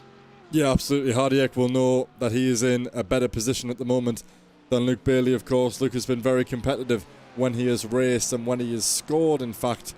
When he has raced, he hasn't finished off the podium so far this season, but he's only in P5. Hardiek, all the same, he opened his account in this campaign with a P3 and then 2 race victories before his eventual disconnection this time last week, so he's got a point to prove as well. Both of these drivers will want to score points, but Hardiek will of course want to get back to winning ways. He leads the championship, extending that margin to Grant Miller, who's all the way down there in P12 at the moment. That'll give him a really nice cushion. Even finishing in second will of course give him a nice cushion, but these guys are racing drivers and they will not want to give any position up if they can go and grab it with both hands. Just over a second's gap now as they cross the line. 6 minutes to go. We're probably going to stay on board with these guys for the majority of this time because we don't want to miss anything. Not too much more going on. Dawson is gaining on Miller ever so slightly, so we'll keep our eyes on that one in case the sim coach driver can get himself past the Corvette to get himself into P2. Josh Taylor and Lewis Hammond going side by side. Let's watch on with this one because this is a little bit treacherous. Going into the first set of chicanes, the Mustang up the inside gets that move done, holds on to that position. Hammond backs out and Hayden Miller going through the first and second ravazzas now. You can see the sim coach machine pretty close, but not too close. A little wobble there from Andrew. That's not going to do him any favours down the start finish straight. Not at all, and he's not going to be too pleased with that at all, especially when he's got a good chance of getting towards P2 here. Josh Taylor in the midst of all of this. These are not guys that he's finding in class because they are John Ludbrook and Lewis Hammond, who've had their own difficulties today, their own struggles, but as they get in towards the final handful of laps, maybe 3 laps from conclusion of this one, they're fighting with each other, and with the elite driver just kind of in the way for them. But Ludbrook, again, he's only finished in second or not at all this season. P6, not exactly where he'd want to be, but again, his first real consistent points on the board. Yeah, Luke Bailey seems to have found his feet as well. Looking at the timing tower, he's kept that gap now 1.6 seconds, so he has extended it on that last lap. As they cross the line, we'll get new times in, but Bailey was 3/10 slower on the last lap, and he was just over a couple of tenths, nearly 3/10 quicker on that lap. So it's toing and froing between the Mercedes and the Porsche. If you can just keep it comfortable and set those lap times again for the next 2 or 3 laps, that'll bring home maximum points for Luke Bailey, but it's not over and done yet. Luke Van Goortel is under pressure from Matt Hoyland. These two who exchanged positions earlier on, still not giving up yet. Hoyland might go for a move into one of these corners, but he also might just sit and accept his best result of the season. He'll be very happy with a P6 in his new machine if he can make it happen, but it is also tempting to try and get yourself past a car when you're this close to them with only 3.5 minutes to go. Yeah, and when you are this close with so little time left, do you start throwing it into some of these corners, or do you just wait for one more opportunity? Matt Hoyland's got a very good exit compared to Luke Van Goortel out of the final corner. With Sam Damashek just crossing the line, we are going to have 3 laps to go from here. We're not just going to quite shorten this to 2. There's going to be very little time on the clock when he crosses the line the second time, but it's not going to matter for Matt Hoyland. He's going to the inside line. Oh, careful, car coming out of the pit lane as well. That's not the easiest place to be. Hoyland's going to break a little bit earlier, but he's on the inside line, and he's into the top 5. Van Goortel this time, no response. Can Hoyland hold on now in the final couple of laps? Yeah, well, we saw that earlier. Hoyland took the place and lost it back, so he's got to be careful here, get the defensive moves on here, keep the Porsche in behind. Van Goortel's got the pace. We've known that all race long. Tjek Plug has stayed in 4th the entire race. Hoyland is up 4 places. Van Goortel is up 6. So compared to qualifying, these drivers doing incredibly well indeed to avoid the rest of the drama and hold it in a very stable position. But riding on with Luke Van Goortel, he is not giving up on this one either, and it becomes a little bit harder now to get the exits right. When you're looking in your mirrors to see if the driver behind you is going to make a move, you aren't so focused on your exit. That allows the driver in behind to just focus on the braking and get a good exit. Let's see how things differ coming out of this chicane. It'll be a similar story coming out of the second Ravazza, I'm sure, down the start-finish straight. Who's going to get a better launch? Not too tidy there by Van Gortel in that instance. That's not going to help him. That might just seal the deal for Matt Hoyland. Yeah, very well, Mike. And Hoyland looks like he's going to be in a little bit more comfort than he was just a moment ago. 2 laps to go, though. Penultimate lap is here. Andrew Dawson is looking at the penultimate Vulcan driver to overtake. He overtook Vincentz's. He overtook Plug. He's now trying to get through on a Hayden Miller. Miller, though, defending that inside line stoutly and making sure that there's no look around the outside from Andrew Dawson. And it will continue, but with the defence that we're seeing here from Hayden Miller, Sam Derbyshire getting further up the road. He's going into the sweet night, and he's, what, 5 seconds to the good? With a lap and a half to go, just has to bring it home from here. Yeah, tyres, of course, a big talking point at this point in the race. Who has managed to treat their rubber nicer than their competitors? That will have a big advantage at the exit of these kind of corners, having the grip available to put your foot down sooner than the driver ahead or behind of you, of course. And that looks like it might just be an advantage to Dawson in that context, because he looks as though he's getting good exits. He had a brilliant turn in there into the Ravazza and now into Aqua Minerale. Sorry, not the Ravazza.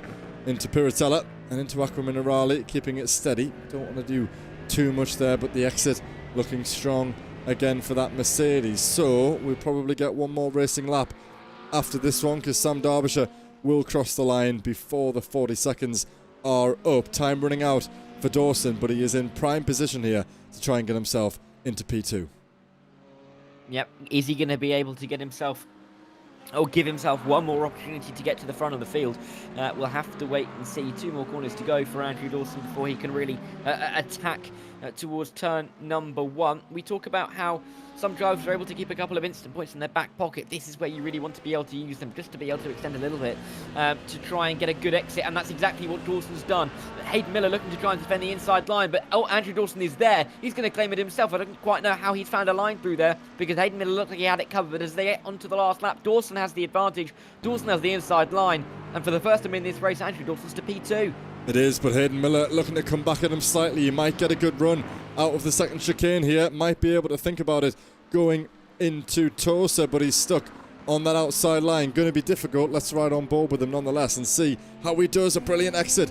As we said, though, it's going to be the outside for him, where we saw Dawson taking Vincentz's earlier on. It's inverse this time for Hayden Miller as he looks to get the switchback. He's got the run, but I think he's going to run out of road before they arrive going into Piratella. He's not going to be able to get that one done as Dawson takes to the inside, just about leaves him a car's width there, slowed on the mid corner for the Mercedes, but I think that might be okay. We'll continue on with these guys to see if Hayden Miller is feeling bold and feeling brave. It's going to have to be the exit of the Variante Alta, or maybe a late dive into the first Ravazza. Yeah, here we go then. Just a few more corners to go for Hayden Miller to try and get back through. Dawson just has to defend. There was no throw to the inside there into the Variante Alta. If he's going to make the move, it has to be down into Ravazza 1, and he is close. He is very, very close, but is he close enough to make a send? I'm not too sure. A couple of tenths is probably a bit too far back in these heavy, wide GT3 cars. Is there an attempt? Dawson's defends the inside line very, very aggressively. I've never seen a tighter inside line from anybody in this race, but Miller's going to hold on. Sorry, Dawson's going to hold on, and Derbyshire's going to hold on for the win.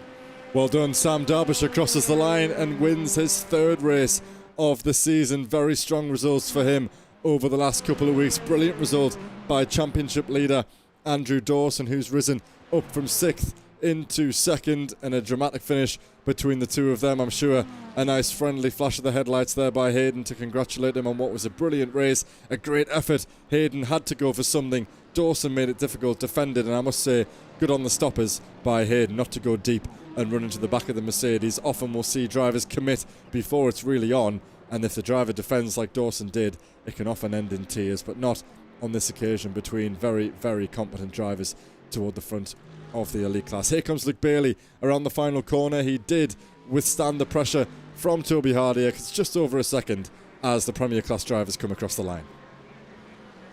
Yeah, and there we go. Here comes Luke Bailey. What a way for him to win. It was pressure towards the end of the race. Toby Hardiak was right there, but wasn't able to do it. Hardiak, in actual fact, setting the first lap of the race on that final lap. So clearly the pressure was there, but Luke Bailey holding on stoutly in really impressive drive. Wesley Van Ren, good qualifying, set him up for this. Good qualifying at the end of the session set him up for this. And his first podium, I believe, of the season goes the way of the number 99. Yeah, very good result by Wesley Van Ren. His best result of the season, no doubt about that, getting himself up on the podium. It was his best qualifying, his best race result. Good night, job done for the 99 Porsche. Scott Kostrick finishing 4th. Barry Wenman as well put a message in the chat right at the start of the session saying that he finally got his pedals just a couple of hours ago. He's trying to get them fitted before the race started. Well, we'll have to see if he got them in, and if that result is off the back of some new equipment. If it is, that's very good to actually, find competency in new gear so quickly. If you did it on the Logi, then even better. Top 5 for Wenman, can't complain with that at all. The rest of the drivers then making their way around the final sector now. Many of them finished, of course, already, being one lap down. I think that will bring us toward the end of the session. We'll soon run through the results in both of our classes. Yeah, and what a way for Sam Derbyshire to win a race. And also, I think for Vulcan, they did lose out to Andrew Dawson a little bit, but there's got to be confidence. 1st, 3rd and 4th again, and they're just piling on the points at the top. They are then a little victory lap for the 166, accompanied by his teammate Tjek Plurgen behind. Started 4th, finished 4th. The only driver outside of the race winner, Sam Derbyshire, to stay in the same position as he started, aside from Josh Taylor, all the way down in P20. So very, very consistent result there by Mr. Plurg to do what he did. And of course, same can be said for Sam Derbyshire, your eventual race winner then. So let's take a look at how the order stacked up at the end of that one. Trying to go to scenic cam, but it's not working, so we'll just continue riding on board with the Corvette as he travels at approximately 3 miles an hour back in toward the pit lane then. So here we go, the elite class results first as the 2 Aston Martins dodge and dive around him.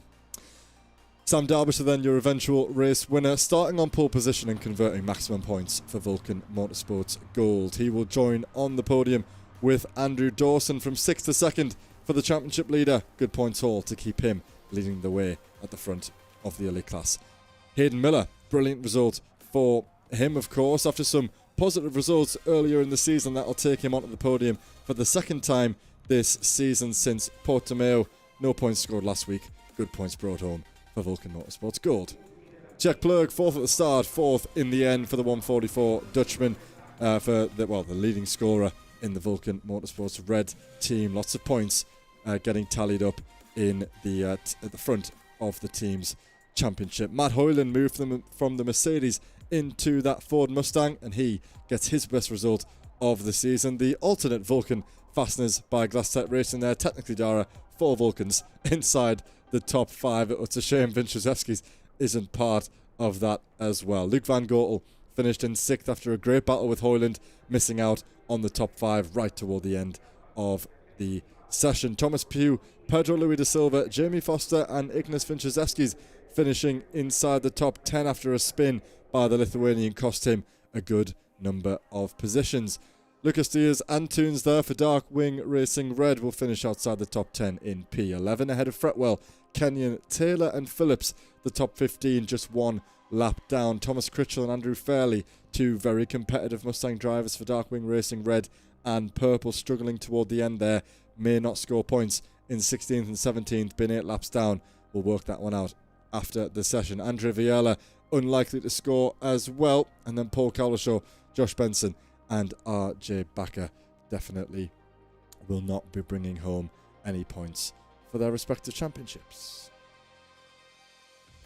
And then if we go to the Premier class, where Luke Bailey was our winner in the end, he was pushed quite hard by Toby Hardek, less than a second in it across the line, but it is the Vulcan Fasteners by Glass Tech Racing, not a mouthful, driver who won out in the end. Wesley Van Ren, P3 for him, making it a Dutch 2-3. Scott Kostrick was just behind him, only a couple of tenths in P4, missing out on the podium, with Barry Wenman quietly going about his business for P5. Lewis Hammond after some issues in P6, and John LeBrook in P7 in his first non-podium finish of the season. Ryan Abbott's, Michael Rhodes and Jordan Maymar rounded out the top 10, but don't be deceived, these guys weren't quite a lap down. It's just a lap down to our overall race leader, Grant Miller, 11th, disappointing from him after a great result last week. Same can be said for Graham Vavers, they were 11th and 12th. Liam Yaniso For the Panda Spec Motorsports team was P13 ahead of Danny Weir and Tiago Reiser inside the top 15. Adam Waters was the last driver who wasn't a couple of laps down, at least in 16th.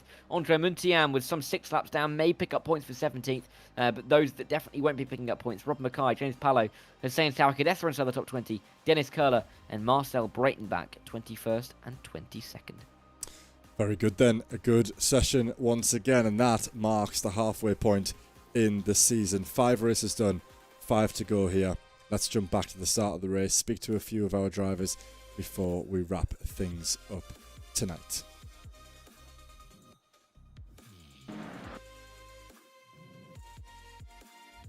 Okay then, so we have a good few of them waiting to have a word with us, Sarah. I think it would be wise to bring in our race winner, of course, the multi-time race winner of Mr. Sam Derbyshire. So when you're ready, we can go ahead and let's start some interviews. Yeah, let's get Sam Derbyshire in here. Great result from him. Qualifying nailed, start nailed, race perfect all the way through. Sam, welcome in. Can you hear us first of all? Yes, I can, gents. Welcome in, Sam. Well, as Dara said there, a great introduction. Pole position, led the race, did sort of guided your team through at the front of the order. Pit stop seemed to go well, and in the end, a very, very good result, making you, as we said last week, a multi-time winner so far this season. You must feel great. Yeah, it's I didn't really expect to be on pole in qualifying. I just seemed to manage to get a lap in, and and then in the race I just knew I had to save that extra lap of fuel, and I don't think anybody could have got me. You had to save a lot of fuel if you wanted to go another lap extra. So yeah, it was just managing the pace and keeping the off tracks down, because this track is horrible for him. So yeah, I mean, we saw that there were a few drivers that had, a lot of drivers that had black flags. A couple got disqualified, we believe, from track limits. So it was a difficult one overall. Talk us through the conversations that were going on, if there were any, with the team towards the start of that race, because you had such a good starting position. Four of you inside the top 5. What was the discussion, and maybe even after that first corner incident when you had a really good position to be in? What were those conversations like? How did the team feel? And did you feel protected at the start of that race, because you really had a big buffer? Yeah, it was nice to have the buffer, but I couldn't really exploit it because of the fuel saving. Everyone else is in the tow, so they can keep up with you. But it was pretty calm. I mean, I don't know what happened behind me with Andrew, Mr. Fairley, because I got a 2x from that, and I didn't know if it was me that touched him or something. But apparently, I think one of my teammates slightly nudged him or something like that. So it was a shame to see him go out, because I think he would have given me a bit of a run for me money. But yeah, it was pretty calm. We were just trying to focus on staying positions and hitting the fuel targets, really. That was the conversations going on. So that obviously brings the points margin down slightly. Obviously, Andrew finishing in second and eventual second place. And I know that you guys, I think you work together in Sim Coach, both doing a little bit of coaching here and there. So I'm sure it's a very friendly atmosphere between the two of you. But with it getting closer and closer as the season goes on, halfway through the season already, it's looking like you two might be about to treat us to a nice little championship fight in the final few rounds. Yeah, we'll give it a go. I'll try my best. I know some of Andy's games, obviously doing setups with him most weeks, so I know what he likes to do and what he'll try and do. But honestly, if I come, even if I finish second in the championship beside Andy, I mean, he's an absolute alien. So I will take it and run away, let's say. Good stuff. Absolutely, mate. So that leads us nicely. European circuits are finished. We go to a slightly different circuit than what we've been used to. Circuit Gilles Villeneuve, I believe it is, next week. Walls a bit of a worry. How do you feel arriving to that one in your Corvette? I quite like Walls. I'm a big fan of Bathurst, so I would kind of hope that I should be pretty decent around there as well. But we'll see. I'm sure there'll be people challenging me anyway, but it's just a matter of just getting the consistent results and just seeing what we can do in qualifying, really, just like we did this week. I've got no expectations, but yeah, just try and keep it cool and get a good result. Yeah, absolutely. You've got plenty of support around you as well to help make that happen. So fingers crossed the preparation goes well, and it'll be very good to see you guys very close to the barriers, putting each other through each other's paces next week. So congratulations again, Sam. Thanks for joining us, mate. And if you'd like to give anyone a shout out before we let you go, you can go ahead and do that now, and then we'll speak to Mr. Dawson. No, I'm all good, gents. Thank you again. And I'll see you next week, maybe. Okay, yeah, hopefully, mate. Fingers crossed. Best of luck. And we'll see you next week. See you in a bit. All right, mate. In a bit. Sam Derbyshire there. Good to get a word from him after a really, really good race win, but he wasn't the only driver I think will be pleased at the end of that one. Andy Dawson finished just behind him. I'm sorry, Andy, I've just got you up in a sentence, but I guess that means you can hear us, right? Yes, I can hear you. Hello, Andy, mate. Welcome back in then. But first of all, I mean, another good result. It's always good. The guys you speak to in the interviews will always be off the back of a good result, but particularly well in the race for you today. It must have been quite, well, you tell me, did you like seeing all the Vulcan cars ahead, picking them off one by one? And of course, I think you started in 6th, got up to 2nd. Absolutely cracking race from you today. Do I like having lots of Vulcan drivers in front of me? Not sure about that, because I know that when I've got 4 in front of me, they'll be playing that team game. They'll all be sat in that same VC. I'm thinking it's going to be a difficult all race. So I just had to pick them off as best I could, and well, obviously we've ended up with this last lap battle with Hayden, which, I mean, kudos to Hayden. Really, really clean. He was as desperate as me to defend his position as I was to get past. But yeah, good race overall. Yeah, I just want to jump in for one more, Dara. Earlier, Andy, when we were watching live as Hayden seemed to be getting slightly held up by Vinciszewski's, they made that switch down the start-finish straight, and we were sort of saying up here in the booth, it surely isn't going to take Andy too long to make that move. And within 2 or 3 corners into Tosa, you were up the inside of Vinciszewski's, got that move done. You must have been sitting there watching those two catching up with each other, maybe Hayden being held back slightly, and you waited for your opportunity and you took it within an instant. Well, yeah, I think obviously they're in VC with each other, aren't they? So they're sort of saying, "Oh, we'll swap places here." But I think when you sort of swap places and you find yourself in a new position that you've not been in before, you're slightly unaware of maybe the braking zones and stuff like that. So I think that's really an optimal point to sort of pounce on it, really, when they're the least expecting it. And of course, Andy, I mean, we're moving out of Europe towards North America. Circuit's a little bit different. Do you think it's going to change too much for you and your championship prospects, or is it more of business as usual as we get to North America next week? Business as usual, yeah. It's Canada next week. I mean, I've not done an awful lot around Montreal in recently, so it's just another track that I'll probably just have to learn again, do a few laps through the week, and see where we come out. Yeah, it looks like things are sort of ending up quite nicely. We just spoke to Mr. Derbyshire, of course, and I know you two do things with each other. Well, don't know how frequently, but I know you both do some coaching together. So I'm saying it looks like you're going to treat us to a good little battle here. The pair of you's doing very well. You are yet to finish outside the top 4. Of course, Sam didn't have the best result a fortnight ago, but aside from that, he's got a couple of race victories now under his belt, 3 to be exact. So he's keeping you honest, but I know, as you told us last week, you're sort of keeping yourself to yourself, doing what you need to do, seeing how the results come. But 5 rounds to go, only 14 points in it, probably less than 14 points after tonight. So it really is building up nicely at the front, isn't it? Yeah, it's definitely building up quite nicely. I completely agree. I mean, Sam, quality driver.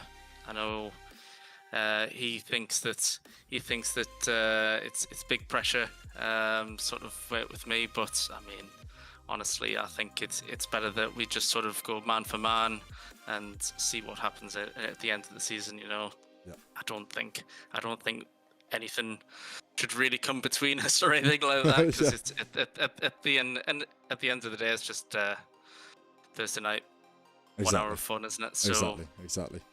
But always good. We've got to build some tension up here in the booth. But I fully agree with you, mate. It is just a nice league. People can come have fun, relax away from the work and stress. So absolutely right. Great to see you guys battling out there on track. And as always, mate, shout out for anybody. You can go ahead, and if not, then we'll move on to speak to Mr. Hoyland for the first time this season. Yeah, just big thanks to Sim Coach. Big thanks to you guys, all the drivers out there. I mean, obviously it was a pretty hectic race from my point of view.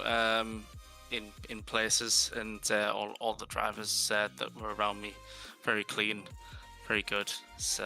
And it's just a race that I look forward to each week. So can't wait for next week as well. Happy days, mate. Good stuff. Well, enjoy the weekend. Congratulations. And yeah, good luck in the prep. We'll be looking forward to seeing how you all get on in between the walls this time next week. Cheers, fellas. Thanks. See you, mate. Bye. Andy Dawson there, P2 in the end this evening. Good result, like you said, good to build off of that as we get in towards the final stages of the season. Another driver, you mentioned him, Joe. We haven't spoken to him yet this season, but P5 in the end for Mr. Matt Hoyland. Welcome in, Matt. Can you hear us, first of all? I can hear you. Good evening. Hello, mate. Welcome into the booth. First time this season, and obviously we've noticed what's changed for you, and it's gone pretty well. So we thought we'd come and have a word. So I guess you can get it off your chest. What was going on in the Mercedes, and how have you ended up in the Mustang? Yeah, I have no idea. I don't know. I couldn't tell you. I mean, I tried the Mustang on a whim before Mugello last week, because I knew I'd driven it before and I got on well with it. And I immediately took 3/10 off my best in the Merc, and I was like, So the seed was planted at that point. Mm-hmm. And then I did have a decent race last week, but then I've tried it again and I was like, yeah, I think I can get more out of this than I could out of Mercedes. And obviously the rules have changed this season where you can have one free change. So I thought, well, I don't really have anything to lose. Worst case scenario, I'm sort of the same, but yeah, it's proved to be a lot better. It uses a bit more fuel, which I'm still trying to get used to. But I've just got so much more confidence in it. And that's been so good to really feel in the car, particularly a track like Imola, because you do feel like the off-camber can unsettle the car a little bit, doesn't it? What are the challenges here at Imola that are different to other circuits that can, make you feel safer in a car like this? It's just so narrow. The margin for error is tiny. And obviously, as you say, with the curbs and things like that, there is so much that if you run sort of even an inch too tight or too wide, the car's going to get massively unsettled. And when you've got so many of the cars in really close proximity, it just amplifies that. So it's important as well when you've got the rare chance for a pass that you know the car's going to be there with you when you brake that bit later, or it's not just going to instantly send you to the nearest wall. So it's just a boost. I mean, I know a lot of it's psychological. It's not all in the car, but it just makes you happier to go for things that you may not have gone for. Absolutely, mate. So it looks like you and Mr. Critchell are having a good time of it out there. We saw you doing battle with him around Mugello, at least for maybe in the early stages of the race. I don't know if you watched the stream back, but we were laughing how we thought you might end up in the Mustang, and you had one in front of you, one behind you, and this time it was all over again.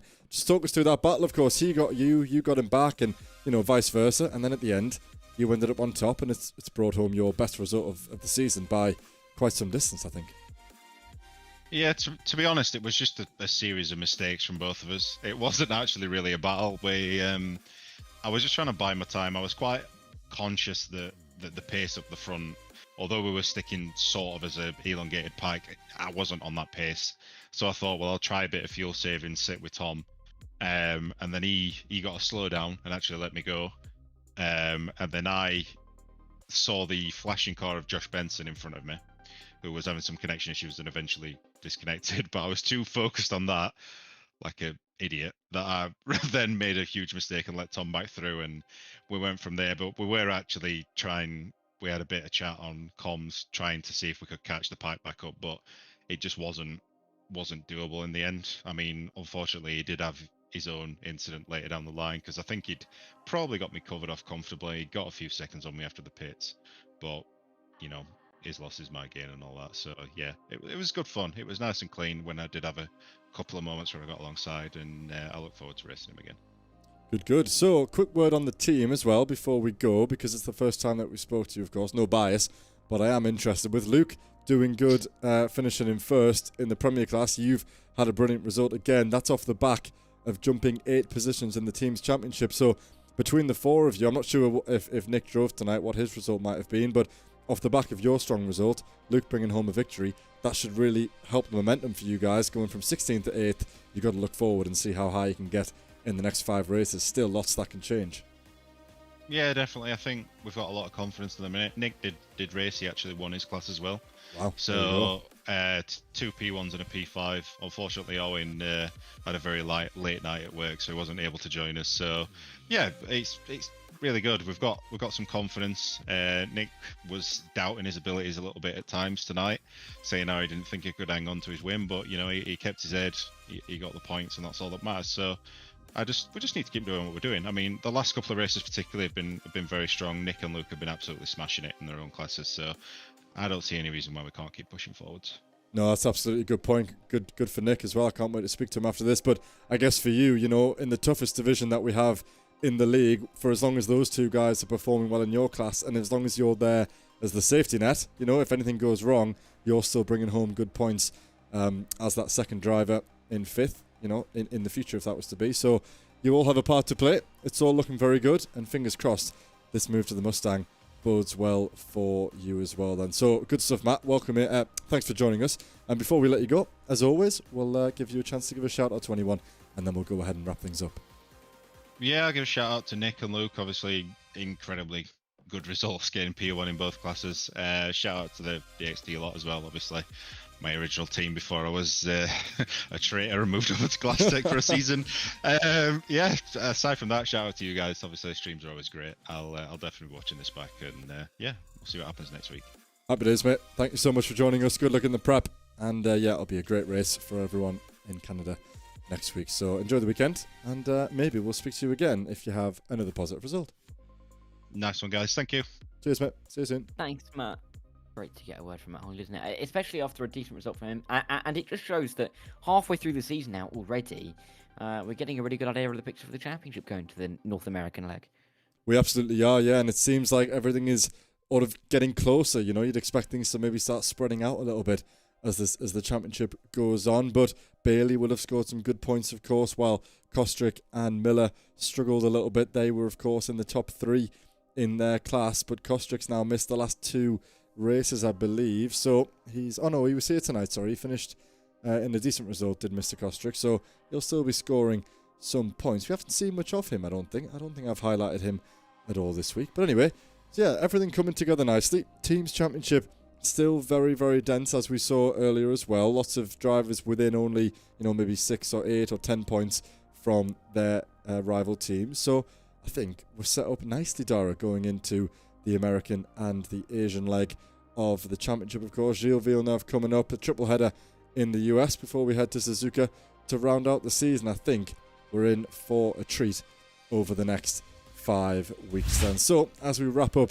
the 5th round of this championship season, you can of course join myself and Dara here every Thursday for the next 5 weeks here on SimRacing International. 8 o'clock we get things underway up in the booth. UK Sim Racing will be hosting their GT3 season thoroughly underway now. Mr. Paul Walsh broadcasting those on a bi-weekly Wednesday evening. The America's GT Challenge back in the offing this weekend on Sunday evening, getting underway between 7:30 and 8 o'clock in the 6th round, I believe it is, of the season, where we go to Sebring for a 90-minute night race. So that's going to be one hell of a challenge, probably the most challenging session of the season. We've only had one 90-minute race so far. That was around Interlagos in the daytime, but 90 minutes in the dark will be a challenge indeed. Then if you're interested in getting involved in any of our social leagues, you can feel free to join the practice league Tuesday evenings